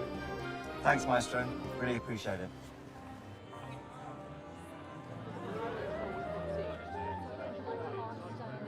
Thank you, Liz. 5, 4, 3, 2, 1. Run the track.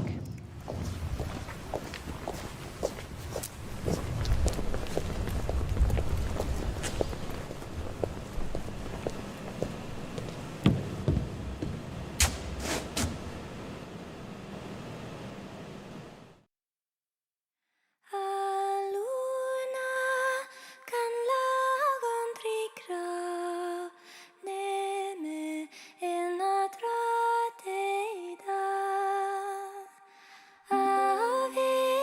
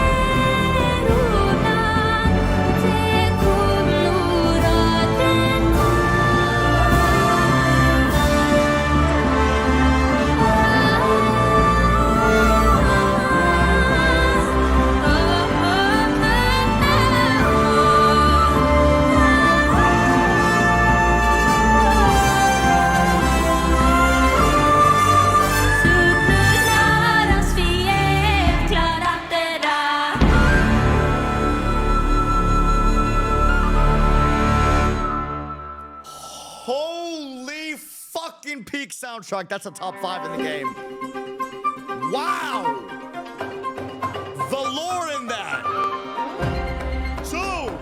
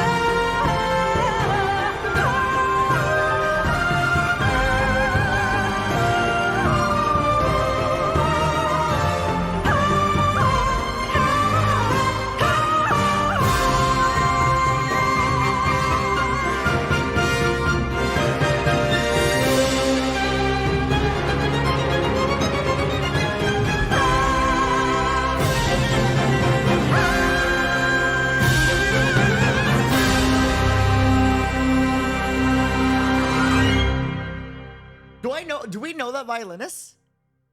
The dude in the front? 感谢我们的 Hoya Max 同学以及现场各位音乐家们的演出。罗德卡莱的音乐确实非常有史诗感。Also fucking peak, by the way. 音乐一下子就被带到罗德卡莱这片土地当中了。是的，那等到旅行者们体验完罗德卡莱的人文地貌和魔神任务，再回来看一看我们的。Yeah, say what you want to say about the game. Hoya Max never misses. That's a 10 out of 10 for music. 记得5.3前瞻，你跟大家有预告过啊。原神接下来会有一个全新的玩法模块。Very familiar. 现在有什么情报可以给大家更新的吗？啊，有的有的。那让我们跟随一段场外的短片来了解一下这个玩法的进展吧。UGC mode, UGC, yes. What is this?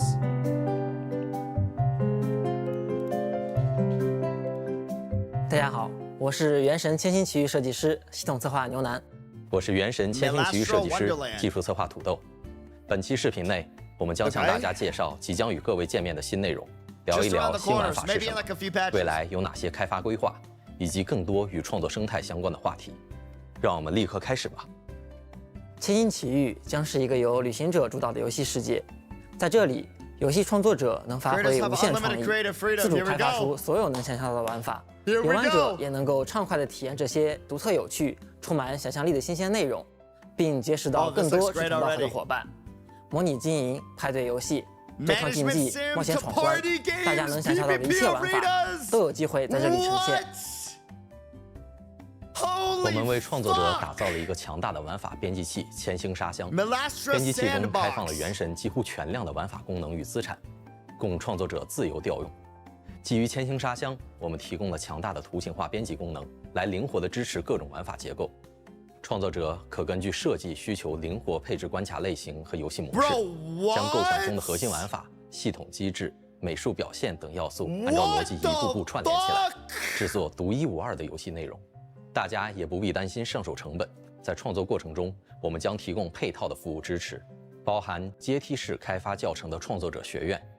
促进经验共享与协作的创作者论坛，以及专业的创作者技术顾问服务等，帮助大家充分学习与应用编辑器能力。作为一项长期的企划，整个玩法系统将持续进行开发迭代。在接下来几个版本中，开发组也将为大家带来以下重要内容的更新。Gameplay open 大家 beta 可能 is 注意 next 到， batch. 在未来呢，我们还为创作者准备了全新的收益体系。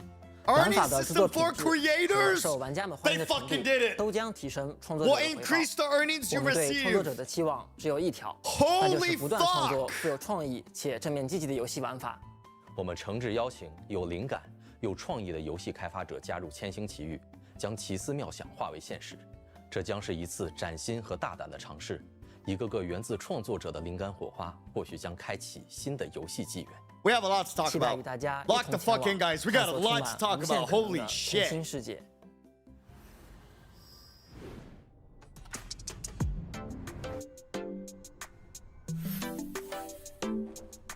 Alice in Wonderland.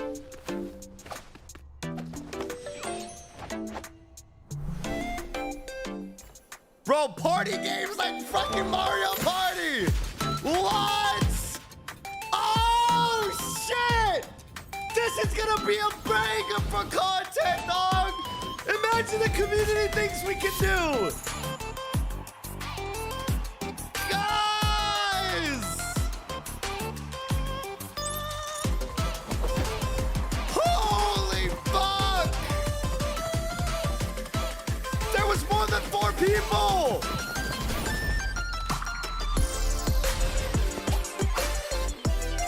Dude!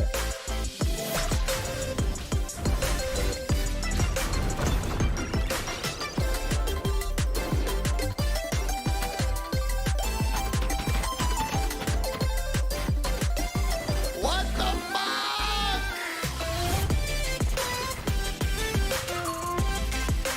This is sick!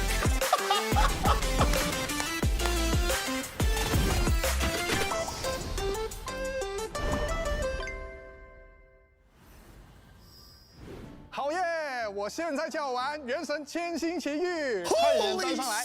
好的，那么关于《原神千星奇遇》的更多内容呢，我们也会将在未来为大家带来更详细的介绍。无论你是有奇思妙想的创作者，还是想和亲朋好友尽情玩耍的旅行，都请期待我们的后续情报。Stay tuned for what's coming next. 这一次真的一口气给大家分享了好多内容，不过我还是想问一下鸡哥，这应该也是很多旅行者也都非常好奇的。我知道我们原神的团队是一直在进化的，那其实每年鸡哥你也会跟旅行者们分享一些未来的一些想法或规划。They made Halo Forge proud. 今年原神变化非常大的一年，不知道鸡哥有什么感受是要跟旅行者们聊聊的？今年想聊的可能跟以往不太一样啊。那去年我是站在产品研发的角度去给大家提到了进化这个词，但是今年呢，我更想站在 IP 运营的角度跟大家简单来说一下团队坚持的一些想法。那原神是一个致力于创作长线内容的游戏，那我们希望呢把这个 IP 运营10年、20年甚至更久。但是这要求我们首先就要保持创作热情。For sure, past Tava. 除了来自我们团队同学自己的信念以外，也离不开一代一代的旅行者们长期的支持。其次，也要求我们在创作的时候时刻保持独创性。那么，对于我们的团队同学而言，独立自主的创作和完整闭环的设定，才是维持这个品牌前进的核心。就像我们米哈游的众多系列产品一样，我们大家都是保持着这种相互尊重的心态，独立发展，才能持续不断地拓宽精彩内容的疆域。那原神的团队也会一直秉持这样的理念，一直走下去。What's up, Shincha? 的确 What's good? 作为一款长线运营的游戏，我代表全体原神的发行团队，也希望能够在更长的时间尺度上陪伴各位旅行者。其实到了第5年回头看，我们团队和我们的玩家共同经受和承担了许多起伏和坎坷，但无论经历怎样的困难，我们一直都相信，克服困难唯有一条正确的道路，那就是坚持初心，创作优秀的内容。也要感谢每一位陪伴着我们的旅行者，你们的热情、鼓励和支持是我们持续创作的原动力。我们也会更加用心去深耕属于原神的美好世界。Real shit, we should get both, but I'll take it. 城市将在2025年9月10日迎来版本更新。让我们在诺德卡莱这一片洒满月光的神秘土地上再会吧，旅行者们，我们罗德卡莱见。We have a lot to talk about. Stay here, chat. We got a lot to talk about, a lot to review. Welcome back. We made it. Now, that does mark the end of the special program, but we know that was a lot of information. Surprise note delay. Kind of impossible to take it all in at once, and I doubt I'm alone in feeling a bit overwhelmed. Yeah, the special program team thought that might be the case. So, that brings us to our second job here today. In this segment, we'll go over the main takeaways from today's special program. Okay, cool. So travelers have a quick and concise overview of what to expect in version Luna 1. All right, I'm ready to summarize. We got a lot to talk about, chat. Okay, let's start with Nod-Krai itself. Right. So, like the devs mentioned, Nod-Krai lies on the edge of Teyvat and is more susceptible to abyssal invasion because of it. In fact, the whole region was once a wasteland because of these clashes with the abyss. But the merchants of Nod-Krai chose to rebuild from the ruins, and that is how Nasha Town came to be, which should be the first place travelers end up after venturing into Nod-Krai. And just like we talked about at the beginning of the program, the moon is a major aspect of the Song of the Welkin Moon as a whole. Under the influence of the moonlight, Nod-Krai is filled with an ancient kind of elemental energy known as Kuuvahki. Yeah, and it looks like this power is indispensable to almost every facet of life in Nod-Krai. That's right, and some people can even wield Kuuvahki for themselves. These characters have moon wheels, which are different from visions because their power comes from Teyvat's 3 moons. Pretty cool. And with the power of Kuuvahki, certain Nod-Krai characters can trigger unique lunar reactions. Exactly. Enefa introduced Lunar Charged in version 5.8, and Lauma will introduce another new reaction. Lunar Bloom. That's right. Lauma is the moon chanter of the Frost Moon Scions, which does make her a very important figure in the tribe. She's the one her people look to for leadership and guidance. As for her abilities, she can communicate with animals and transform into a deer. Plus, in combat, her Dendro Moon Wheel allows her to convert bloom reactions into lunar bloom reactions. Her elemental skill can decrease enemies' Dendro and Hydro resistance. Holding her skill consumes Verdant Dew, which is created when team members trigger lunar bloom reactions, and grants her stacks of Moonsong. Then, with her elemental burst, Lauma consumes her stacks of Moonsong to increase bloom reaction damage. Sounds like she's a great support for Lunar Bloom teams. Next, let's take a quick look at Flins. In terms of first impressions, Flins comes off as a polite, dignified lightkeeper with an almost aristocratic air to him. Of course, as a member of the Lightkeepers, Flins fights for the safety of Nod-Krai, using the ancient power of his lantern to fend off the wild hunt. In battle, Flint's elemental skill infuses his normal attacks with electro damage that cannot be overridden. Casting his skill again will trigger a special elemental burst that deals lunar charged damage to enemies. And without needing to satisfy any conditions, his normal elemental burst can directly deal lunar charged damage to opponents. Which does make him a strong addition to lunar charged teams. Let's go. Alright, let's move on to the last character coming in the new version. Aino, from the Clink Clank Krumkaki craft shop, right? Yep, Aino is Enefa's creator and the owner of the workshop. She's also a genius inventor. The massive cannon in Nasha Town used to fend off the wild hunt is her creation. Cool. But even geniuses have things they're not so good at. And for Aino, well, that's housework. So Enefa takes care of that for her. That's nice. In battle, Aino's elemental skill allows her to use a gadget to launch forward, dealing AoE hydro damage to surrounding enemies. I vibe with it. Then, with her elemental burst, the way that I do. Aino summons a water spraying mechanism that periodically deals hydro damage to opponents. Whoa, whoa, whoa. You can't forget the most important thing. All right. Near the beginning of the first act of the Archon quest, A Dance of Snowy Tides and Hoarfrost Groves, travelers will have the chance to meet Aino and invite her to their parties. In other words, travelers can get her for free. That's right. And speaking of, let's talk about how the dev team has revamped these quests with the goal of adding richer character development into the core narrative. Cool. This means, in the upcoming Archon quests, travelers can look forward to more interactions with the 3 characters we just mentioned, and the ones we'll meet in the future, allowing us to get to know them on a much deeper level. Version Luna 1 is also bringing new content to the open world. Travelers will have the chance to help the new characters, Flins, Lauma, and Aino build meeting points in Nod-Krai. At these meeting points, you can chat with characters whenever you feel like it, and learn more about their lives by progressing certain events. Yeah, it's kind of like Traveler's Tales, but a little more fleshed out. Yeah, the new models now, look amazing. Is another they definitely got the Yalan skin like treatment. I'm sure for many sure. travelers have already picked up on her close connection to the moon. And travelers will get to meet her very soon. After venturing to Hisi Island in the upcoming Archon quest, travelers will encounter the damselette at a special time and place. In this place, you can chat with her, accept commissions from her, and receive her gifts. Definitely something to look forward to. Now, let's give a quick refresher on the upcoming event wishes.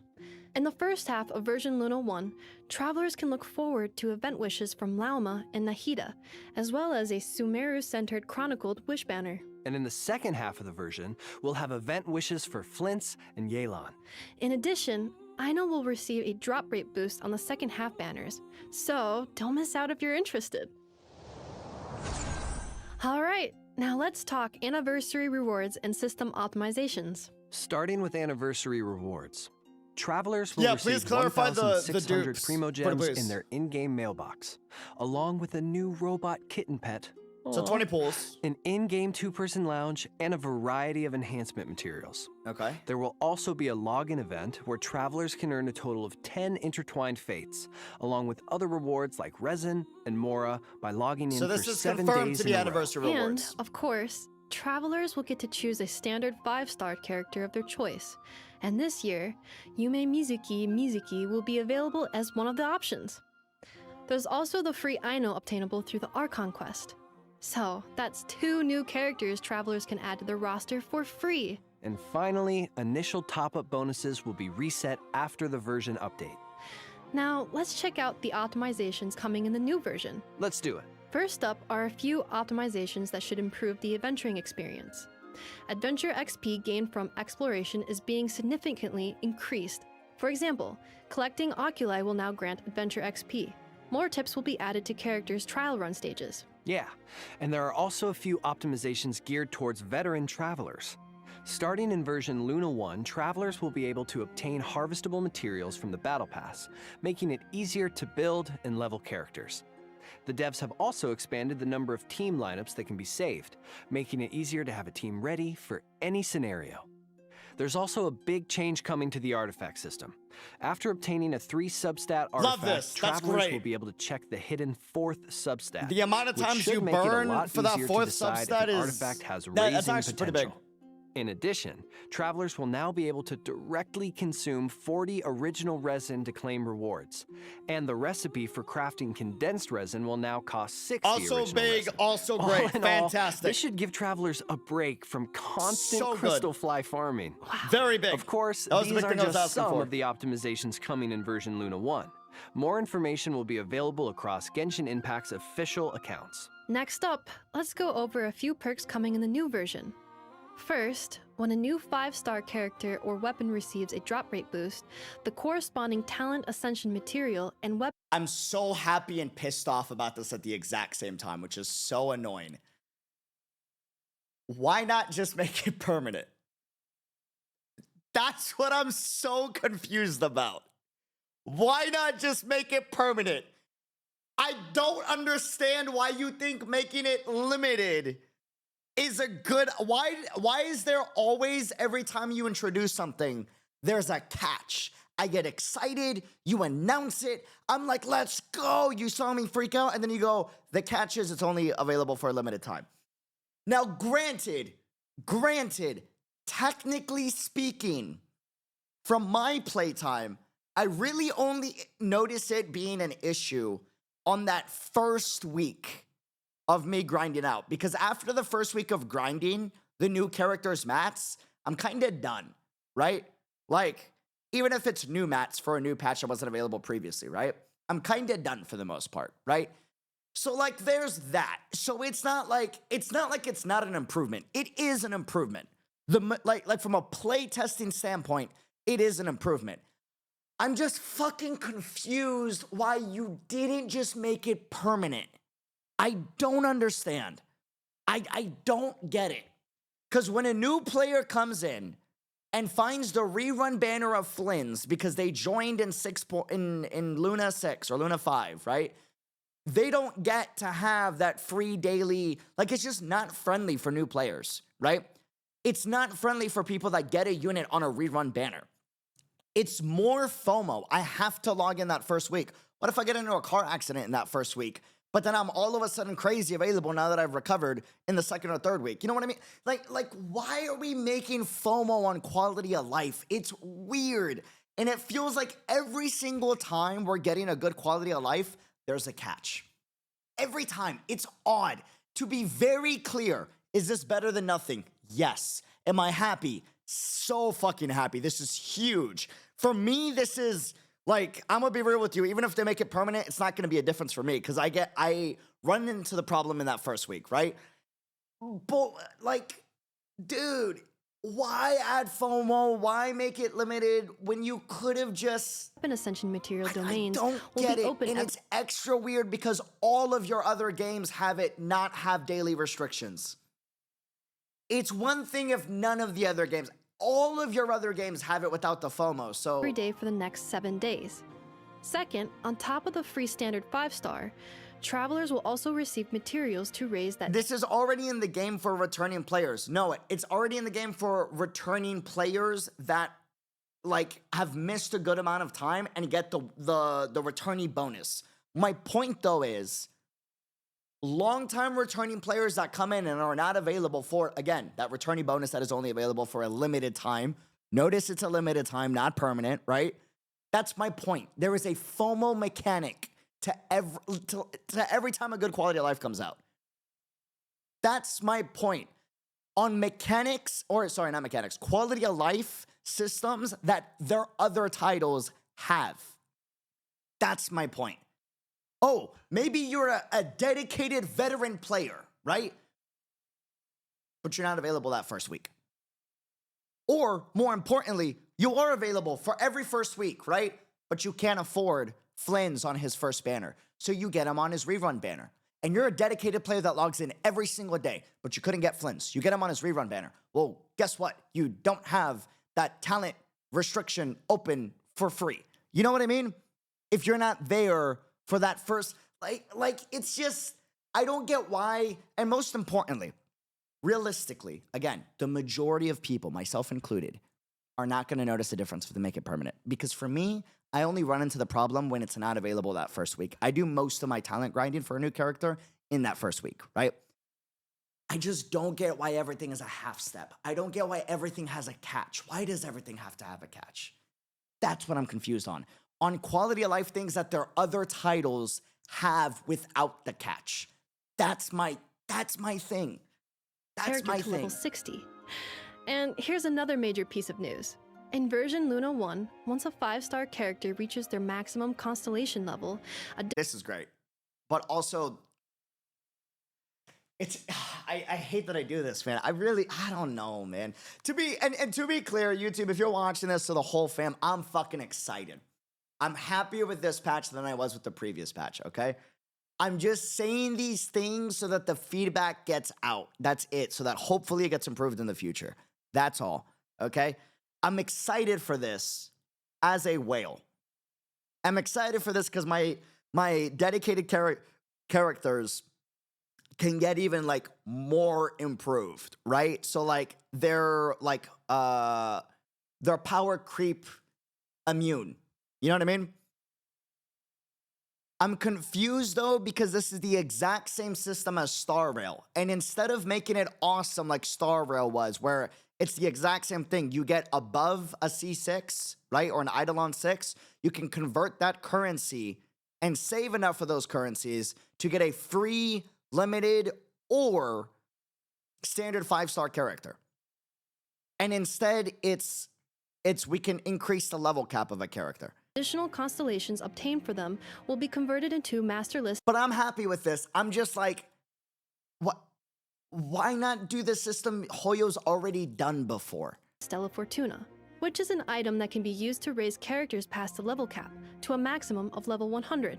And for free-to-play players, this doesn't change anything realistically, right? For example, if you have a standard 5-star at C6, you could select the same 5-star from the anniversary event, earn a masterless Stella Fortuna, and use it to strengthen a different character.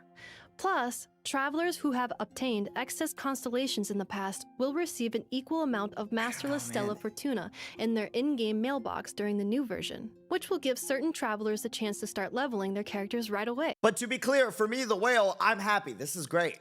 Like this is fantastic. Like I'll take it. My favorite characters will be more immune-proof.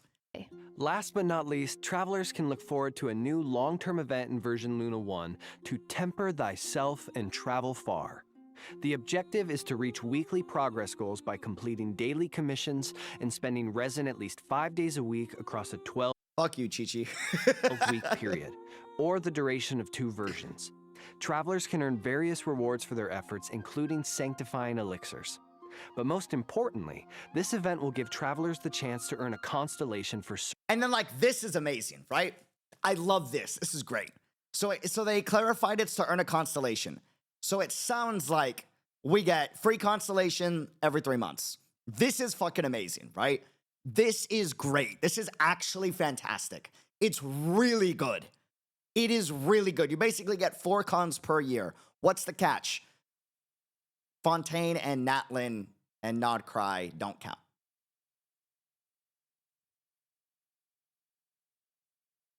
That's the catch. Yet. Yeah, okay, sure. So we're going to get Fontaine in the next region. Yeah, you know what I mean? Like, I know they're going to improve this, but when are they going to improve it? You know what I mean? Are they going to improve, like, add to the pool next anniversary? You know what I mean? And then, okay, by next anniversary, they add the Fontaine units. We're still 3 regions behind. Why not just make it so that every character is possible? I'm just confused why there's always a catch, is my point. Do you see how this has a catch? The way that the talent daily restriction has a catch. The way that, like, there's always a catch. I don't get that. Why? Certain designated 5-star characters. This is still fucking amazing, though. This is great. This is fantastic. I am using it on Hu Tao, most likely. For more detailed information, maybe on a constellation on Tartaglia, but I like to keep Tartaglia at C0. And event guidelines, keep an eye out for future announcements. Of course, we've just scratched the surface of all the exciting content coming in version Luna 1. There's so much more to discover in-game, so be sure to check it out when the update goes live. But then, like, on the other hand, though, like, on a positive note, this makes it so that since you're getting more constellations,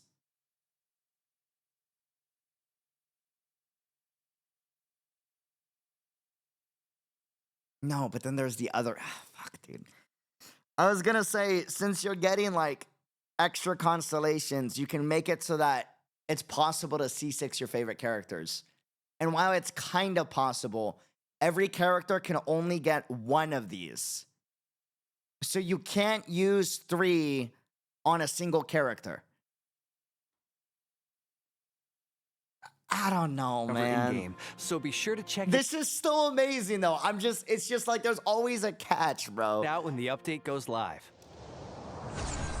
But it is nice that you can C0 to C1 or C1 to C2. Anything you want to say before we go, Nick? Yes, it has been such... You can actually? No, you can't. It clearly says, Traveler can claim 1 Stella Fortuna for characters you own from the list above. Each character can only receive it once.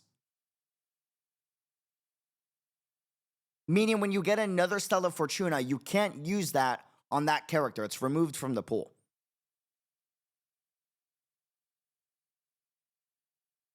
Did they not describe this here correctly? And then on HoYoLab, like, they clarified it? Wait, that would be big if that's the case.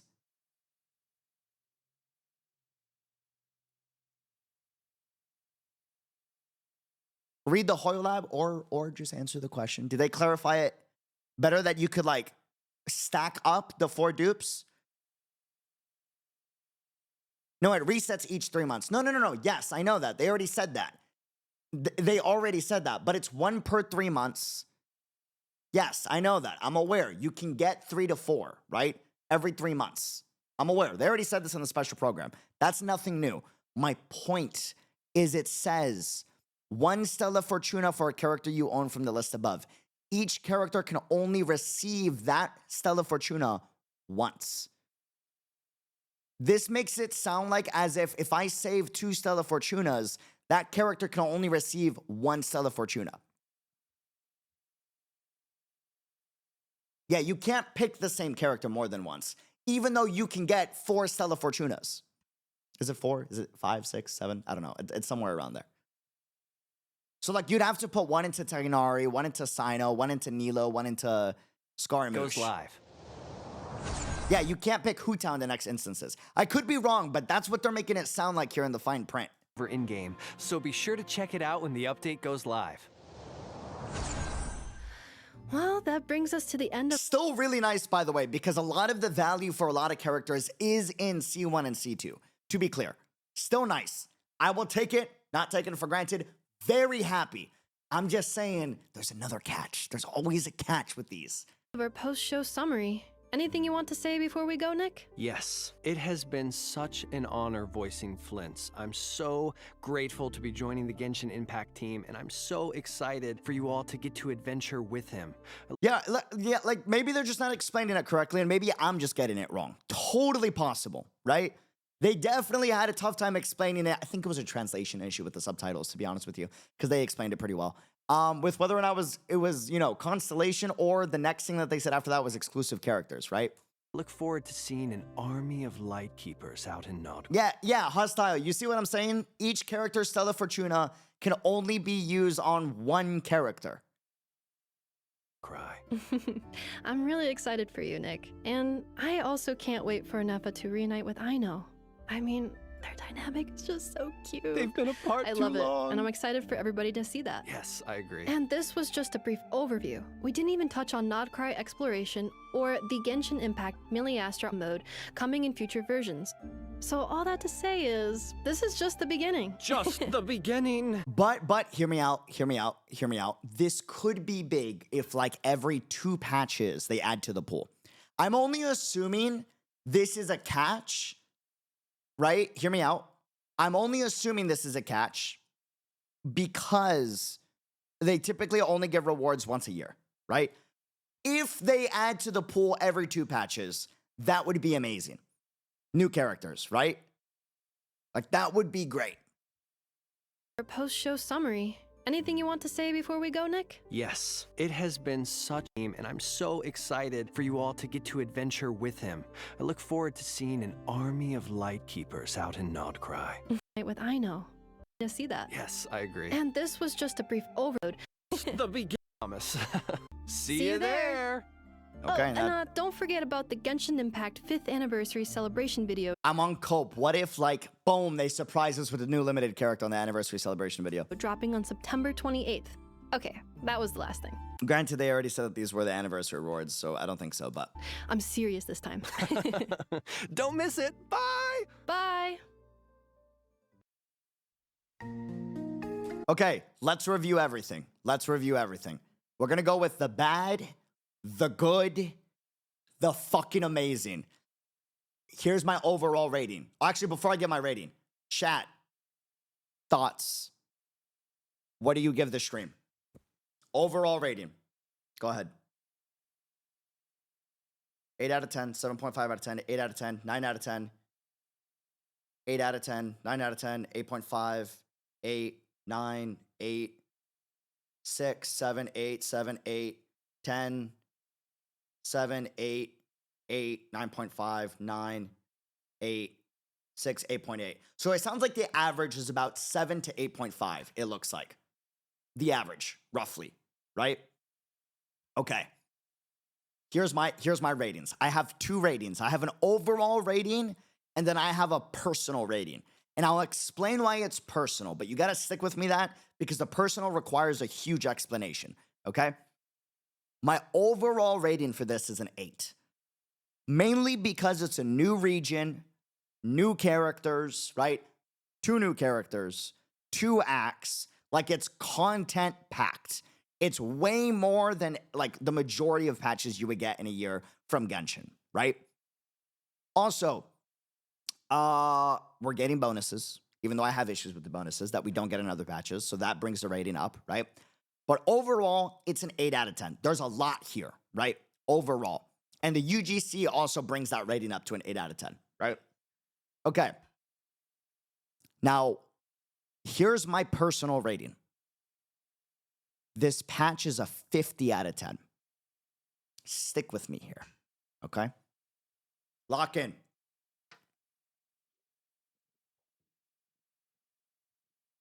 Lock in.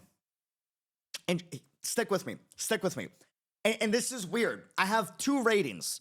The overall rating for this patch is an 8 out of 10, okay? My personal rating for this is a 50 out of 10. This is why, okay? Stick with me. You never ever gave it that high, I agree. I've never given any patch from any gacha game that high, right? UGC. UGC. A 50 out of 10. Not 50 out of 50, 50 out of 10, okay? UGC. Stick with me. Let me explain, okay? That game mode is a lot more than I thought. And what I thought from the previous Hoyo Lab was already fucking amazing. This is literally infinite different games and infinite replayability. Replayability. That is fucking insane. The biggest problem with any gacha game, replayability, okay? What brings a rating down on a patch, right? What brings a rating down on a patch? Not enough events, lack of combat events for me personally. I like combat events. I played the game because of the amazing combat, right? Lack of stuff to do, right? Or sometimes I think some mini games are stupid and I think other mini games are great, right? Like Prop Hunt's fucking amazing, but then like other mini games I could care less about, right? And that's all personal bias. But with UGC, this fixes every fucking issue. Am I burnt out with the game? Bro, you guys can make the game fun for me. I can make the game fun for you. We can fucking have community events together in this game, in the UGC game mode. We can have fucking Mario Party Genshin edition. You know what I mean? We can have PvP. We could have, and the fucking editor that they showed looks insane. Like Roblox modern day shit. You know what I mean? And then on top of that, they confirmed that there's gonna be forms. And here's the biggest thing. They are going to share the earnings of the top performing. They didn't say currency. They said earnings, money on the top performing UGC things made by creators. And I don't mean like YouTubers. I mean like the people that make the games, right? Guys, this will create such a big fucking incentive for some of the most amazing fan game modes through UGC that then gets shared with the community by a code that we can then use for the community to review, right? Which means infinite content, which means infinite replayability. Like that is mind-blowing amazing. And this also goes to show the constant feedback and pushback I would get from gacha-only players on YouTube, on Twitter, on everywhere, when I'm like, gacha games have no excuse to have content to do after you do the story. I've said that since day one. And everyone has always told me, oh, but because it's a gacha game, it's supposed to not have content that's infinite replayability. And that's always been the weakest excuse. And Hoyo agrees with me. That is why UGC has been made. This is going to be huge. It's ginormous for the entire community. It's going to bring more money in creative players' pockets, and it's going to bring more content and more fun with the game in ways that we've never seen before, right? For everybody. That is great. That is great. That is great. You know? Like, dude, I'm so excited for that. And it's something that most gacha games don't have, that infinite replayability. This is going to make it so that it does. And on top of that, name a gacha game that has UGC.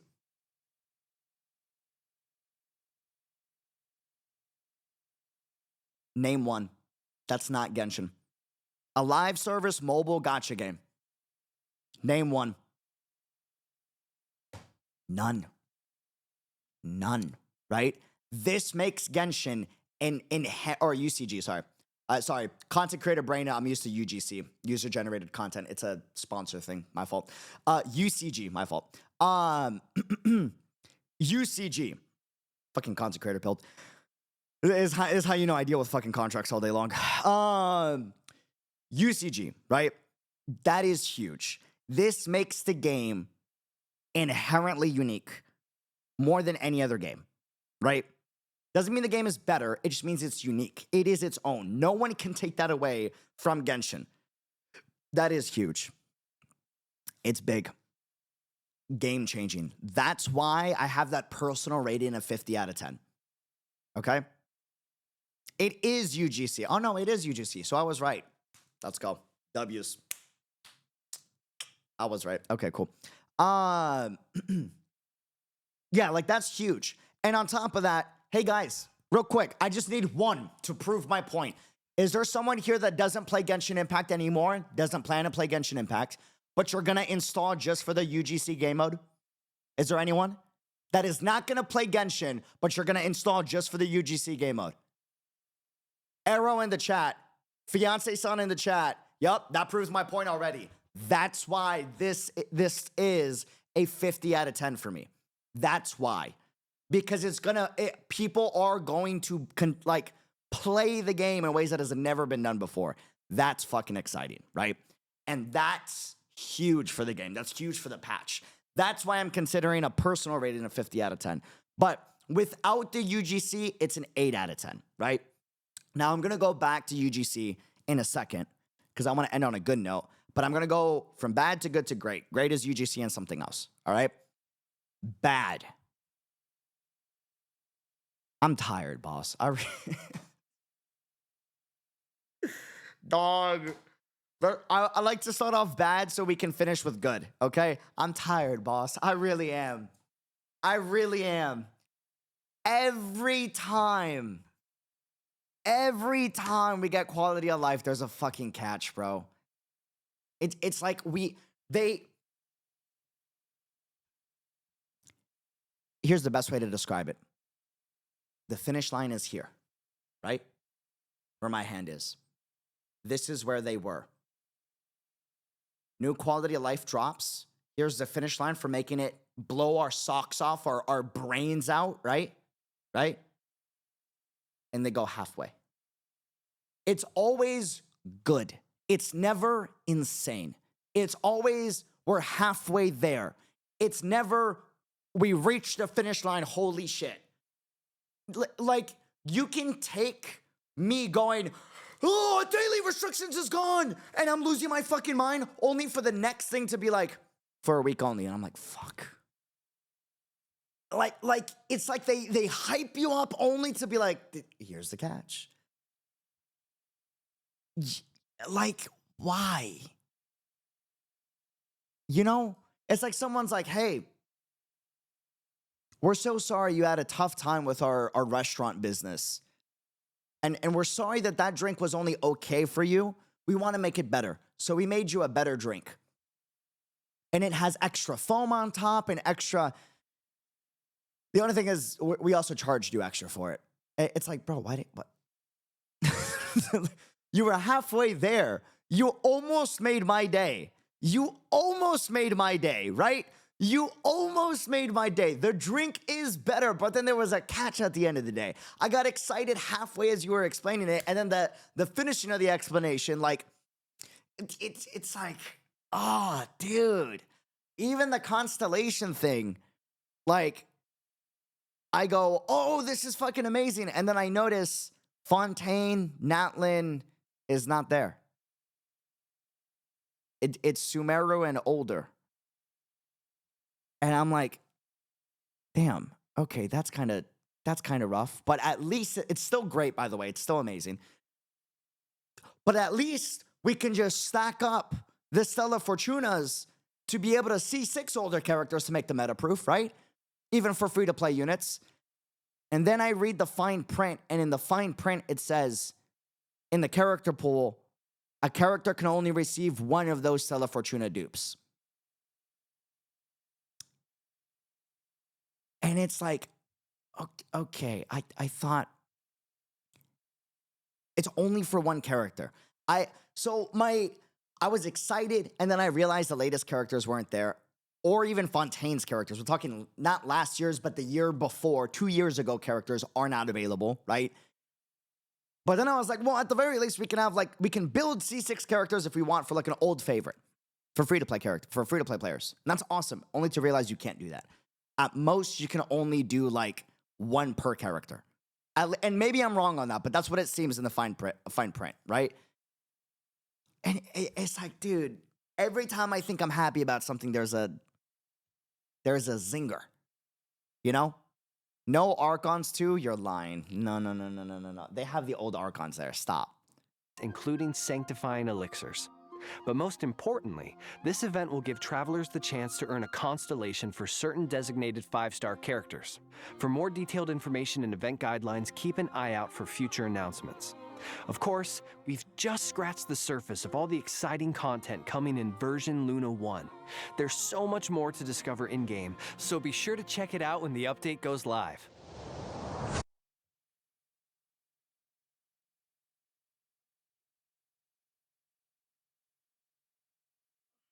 No offense, who even uses Zhongli or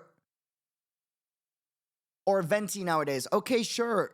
What about, I don't know, Raiden A or Nahida or Furina?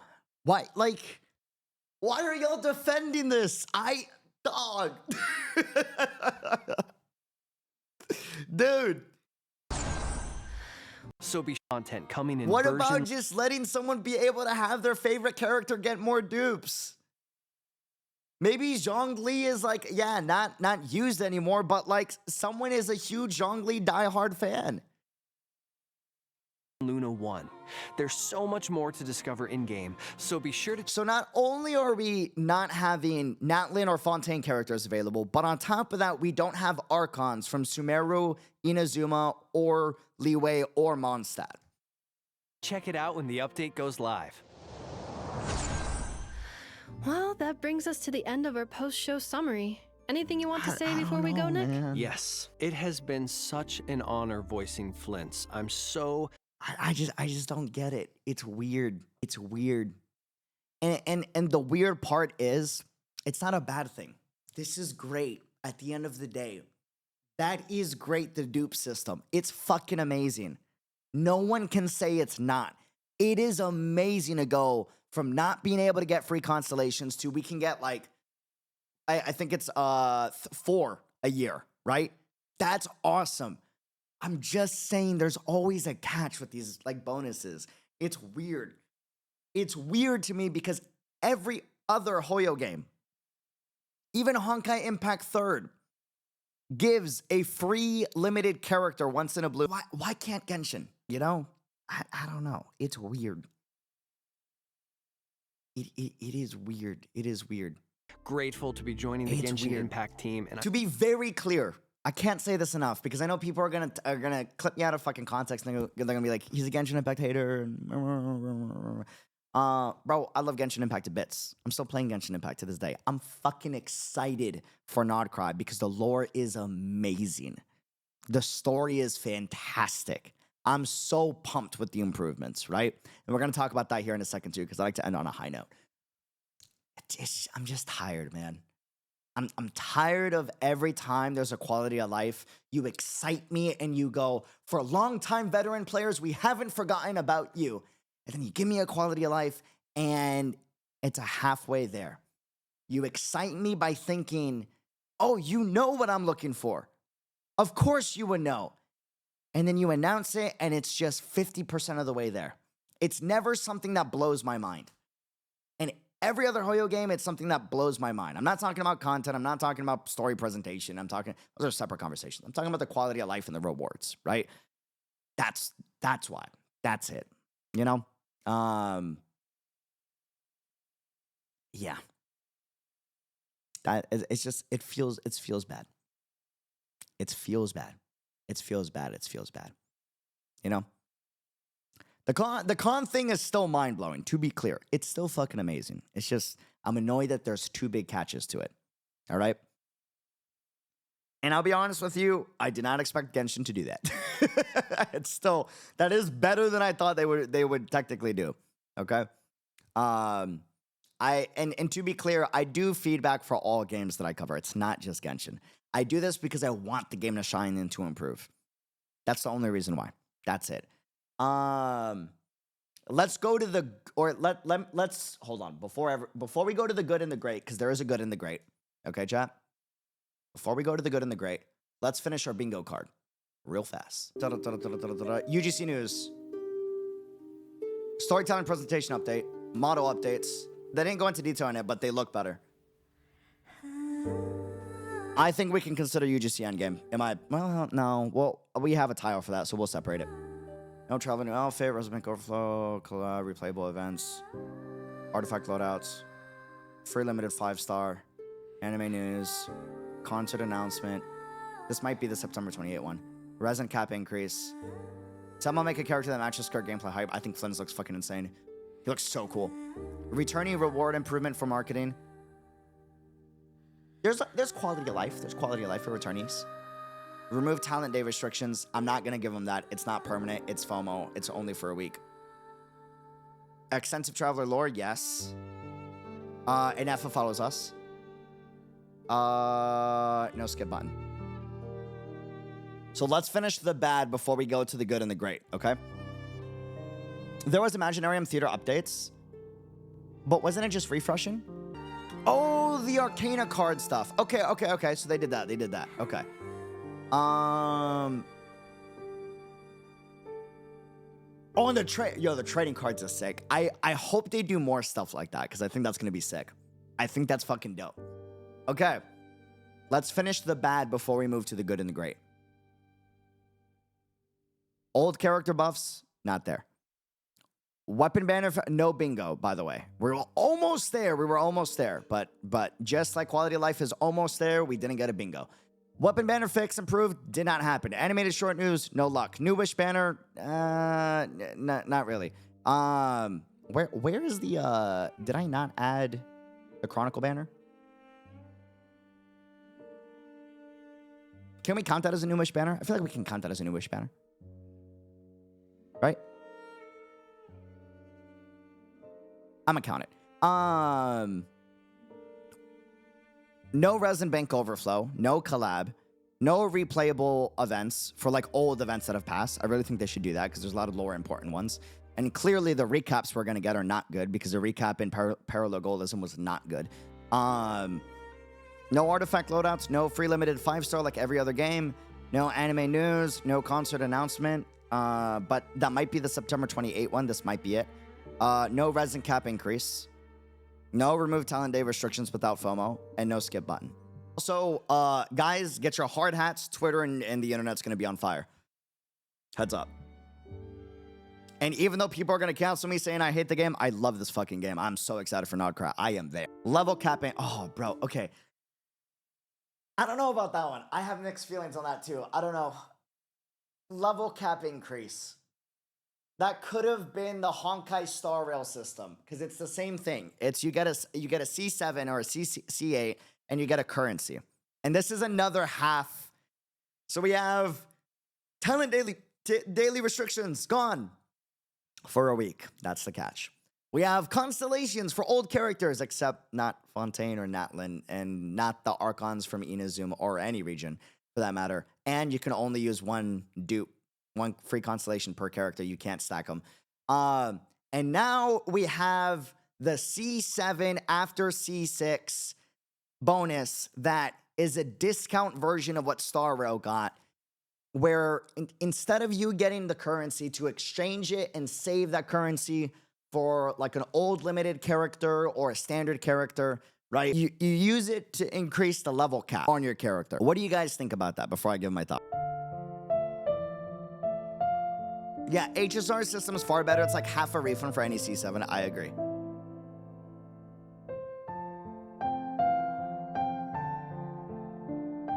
Not a fan, not a good value. They should make that another quality of life. I knew level 100 was coming, but I didn't know it would be like this. Character level cap increase was unnecessary. I mean, a character Ascension will level up too. Like if a character scales with crit, they will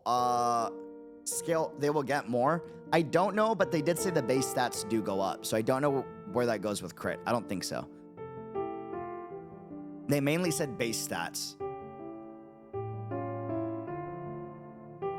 Wait, level 100 only at C7? So you get the level 100 by spending that bonus currency that you get anytime you get a dupe of a C6 character, right? So it's like an overflow. And then that currency you spend on one character and it will ascend them past level 90, if that makes sense. And it's 5 levels per that one currency. And like that's cool because, and here's why I have mixed feelings on it. It's cool because it's like, my characters that I C6, especially older characters, right, will be more, it's not a huge boost, but it will be like more meta proof because they'll have higher base stats, right?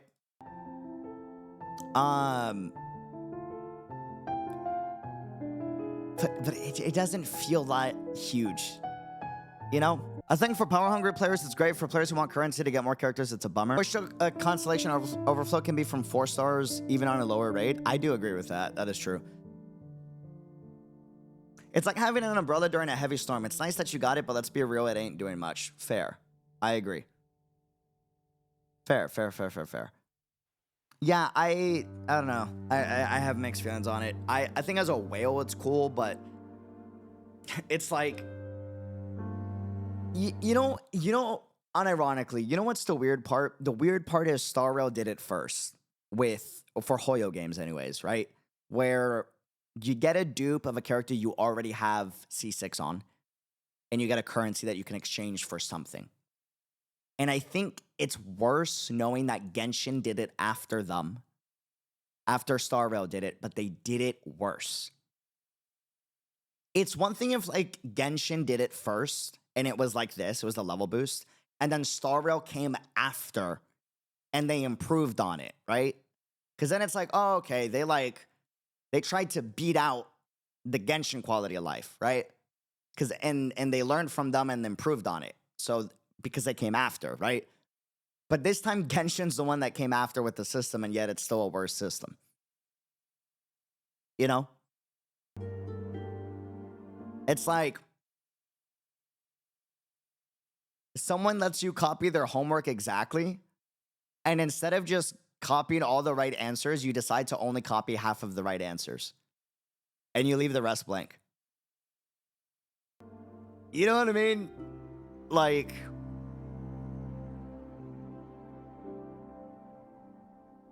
so, I don't know. It's weird. It's weird. Don't make it too obvious. Yeah, it's weird. Anything else you want to talk about when it comes to the bad? Anything else that gave you like mixed feelings before we go on to the good and the great?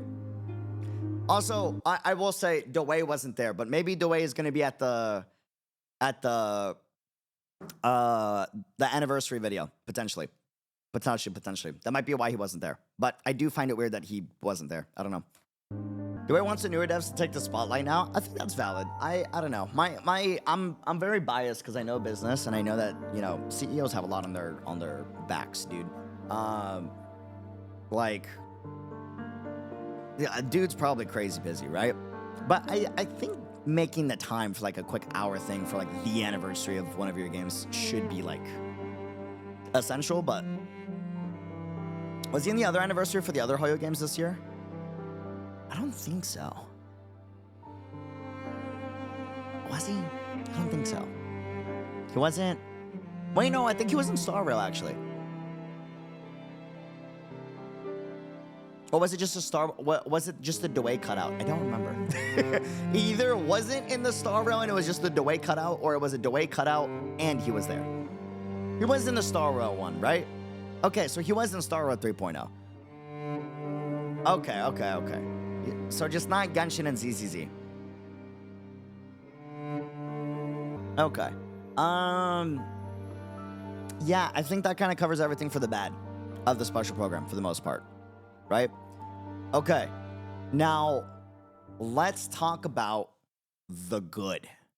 Okay? Because there's a lot of good. There's a little great, but there's a lot of good. Okay? Now, first and foremost, ignore the fact that Llama looks absolutely fucking amazing. Am I the fan that's being serviced? 1000%. For sure. She has no clothes on the side profile, literally. It's like threads on the side. Wild, right? But that aside, genuinely, whether you like the clothing designs or not, right? The models look fucking amazing. We Frost Moon Scions. They look great. The last descendants of the ancient golden. They look really good. Like a massive improvement, very reminiscent to Yalan's skin model quality. Follow me. Very reminiscent. Soft light of the moon. I strongly draw an inviolable line in the snow. no irregularities Like detected in the dust. Genuine improvement, specifically for the hair detail. You're wrong. Even Sandrone looks really good. Just because Nod-Krai lacks a ruler at present. Next up, story presentation looks like it's better. It's hard to tell until we play, but it does look like it's better. Also, what I'm a gameplay world interactivity. Nah. Like little details like that, where Flins is attacking the enemy and he can understand the language of what they're saying, but then, you know, every other character can't. Or like Llama walking around and everywhere she goes, everyone prays to her, right? All the NPCs pray. The animals come up to her and they're like, oh, let me heal you. Let me give you buffs. Let me kneel down for you, right? Little details like that to make the environment feel more interactive without needing to script everything is big. It's something that we've been asking for a minute, and them implementing it here is very, very, very nice, you know? The NPCs in town where you go to buy stuff, where you react, and it will react to the character that you're playing, right? That's sick. 在战斗层面当中啊，费林斯也使用了 little details like that. 月之轮的力量，因此 And it would be cool if they go back and like add that for the Archons. Imagine you're playing as Raiden A and everyone like, you know what I mean? Or like just does like a quick bow. Little stuff like that adds to like the weight of the character and their influence on the world. 他和伊涅弗一样，也具备 Love that. Love this. 将队伍中的角色触发的感电反应转化为乐感。Yeah, the immersion as they spoke of, right? Yes, exactly. The story presentation looks better. Let's see if I can find it real quick. And I always got to be careful because, you know, the Poinos always, the Poinos are always going to have like more budget for the story, right? 严重的冲突里， That side profile is insane, bro. Sorry. 旅行者会逐渐了解到拉欧玛的过去，并对双月之子在空月当然可以啊。那我们就要从9呢上 The little interactive like meeting system to where you can talk and interact with the characters outside of quests, really fucking cool.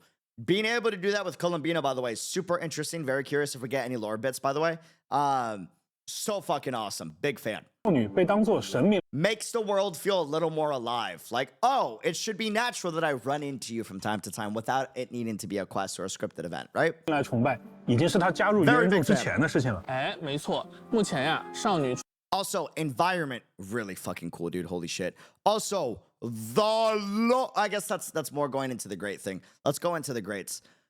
The greats. The lore! Genshin don't miss with the Genshin doesn't miss with two things. Lore and music. But technically music isn't Genshin, it's just Hoyo Mix. Hoyo Mix never misses. I have never had a patch where I played a Hoyo game and Hoyo Mix was just like, it was okay. Like, Hoyo Mix does not fucking miss. If I know one fucking part of the company that will never fail me, it's Hoyo Mix, my goats. My legends. My legends, my legends. The twins spaceship landing in Nod-Krai. The Abyss twin meeting and saying, I don't expect you to trust me, but don't stop me. Like, dude. 出于某些原因离开了愚人众，暂时长生在西西岛附近。Bro. 奖励。 Also, really strong mobility. Oh, by the way, real quick, this is creepy. What in the Honkai is this, bro? What in the will of the Honkai is that? Why are the fingers so long, bro?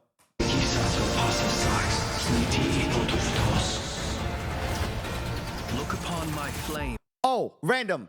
Geek out. Flynn's lantern glowing red when he goes into combat. Sick. Really dope, dude. Turn to your graves and forever rest in peace. Gameplay. Fucking sick.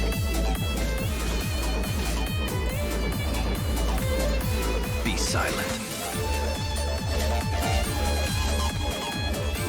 Oh, it's not combat. It's only when sensing the abyss. That's even cooler. To dust. The long sleep. This is so fucking cool. This is the coolest ult in the game. Or at least top 3. I gotta go through. It's up there with Chlorine and Arlecchino. Top 3. It's up there with Arlecchino and Chlorine. To dust. Dude. The long sleep. That looks fucking cool. Yo. To dust. The long. Skark, true. Someone's got to get knocked out of the top 3.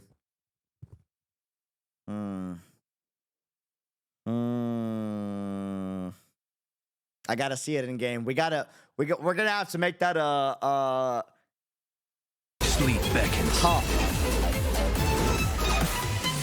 Bro, and the particle effects with the little moon sigils too, really sick. Love that. Love that. Love that. He looks so fucking cool. Viewing the world through human eyes is like looking into a kaleidoscope. Absolutely fantastic, right? 2 more things with great. Guys, I mentioned it before. I'm going to mention it again. This song in particular. This one, the first.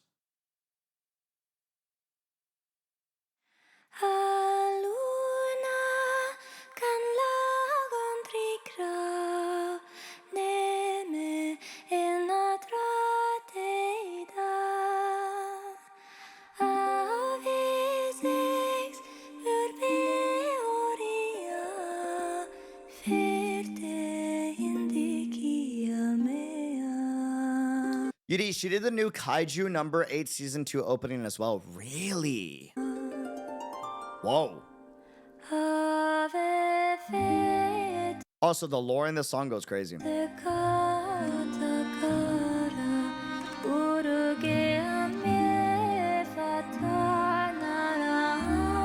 Are they talking about Columbina here?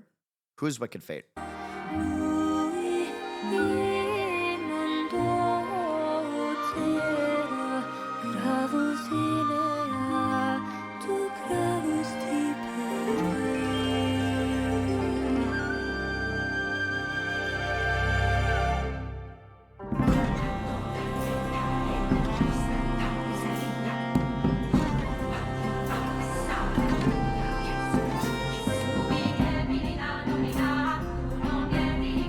I feel like this is going to be so interesting. Why do you not cast your gentle radiance upon the world? Like, there's so much, like, why? Where are you, our goddess? Oh, moon, benevolent mistress, where are you?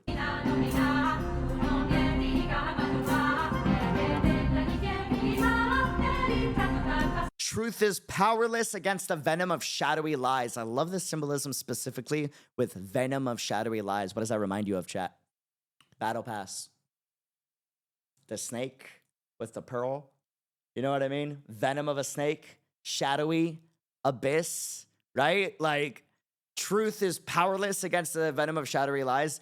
And then we know that they somehow have a system with relics that can tell them the true history of what's happened in the past, which implies that history that's not been edited by the Ermin Soul.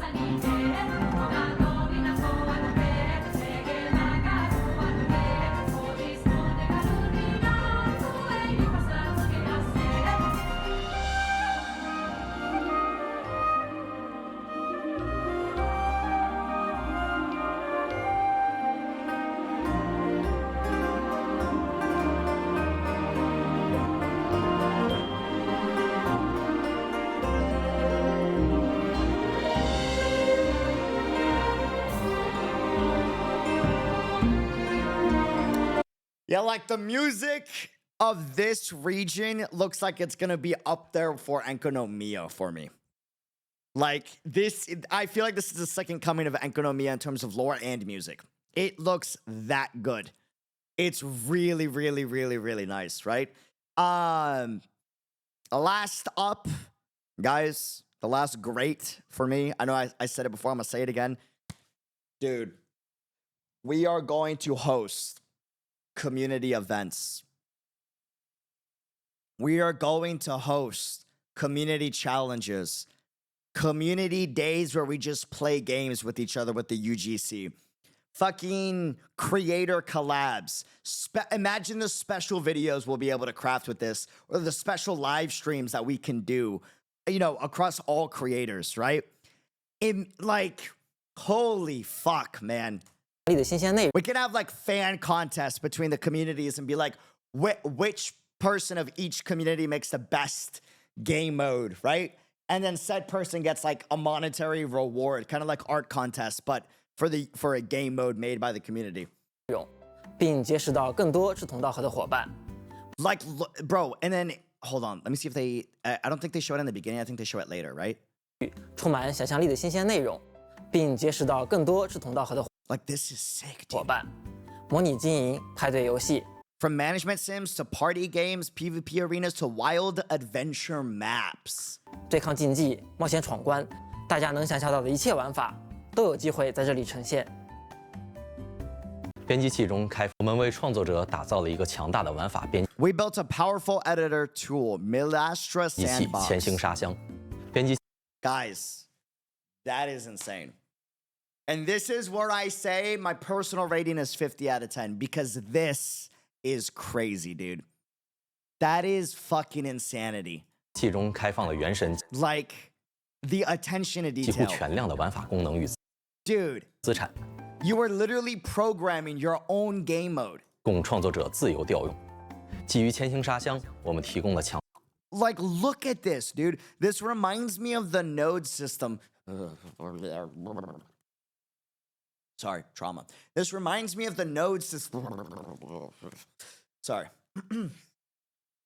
Lock in. This reminds me of the node system from DaVinci Resolve, right?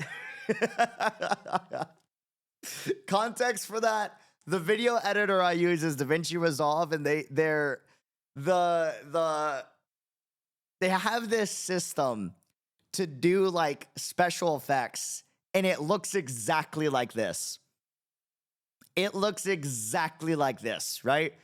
And it just looks so scary to go into. I'm not gonna lie, dude. Yeah, for fusion, bro. It just looks spooky, but it also looks very genius, right? Yeah, in Fusion 360. Yep, exactly. But the fact that they have it to this level is insane. 强大的图形化编辑功能，来灵活地支持各种玩法结构。创作者可根据设计需求灵活。Like, are we editing this? Is that us? 我配置关卡类型和游戏模式。 It looks like us, guys. 结构，创作者可根据设计需求灵活配置关 This looks fucking amazing.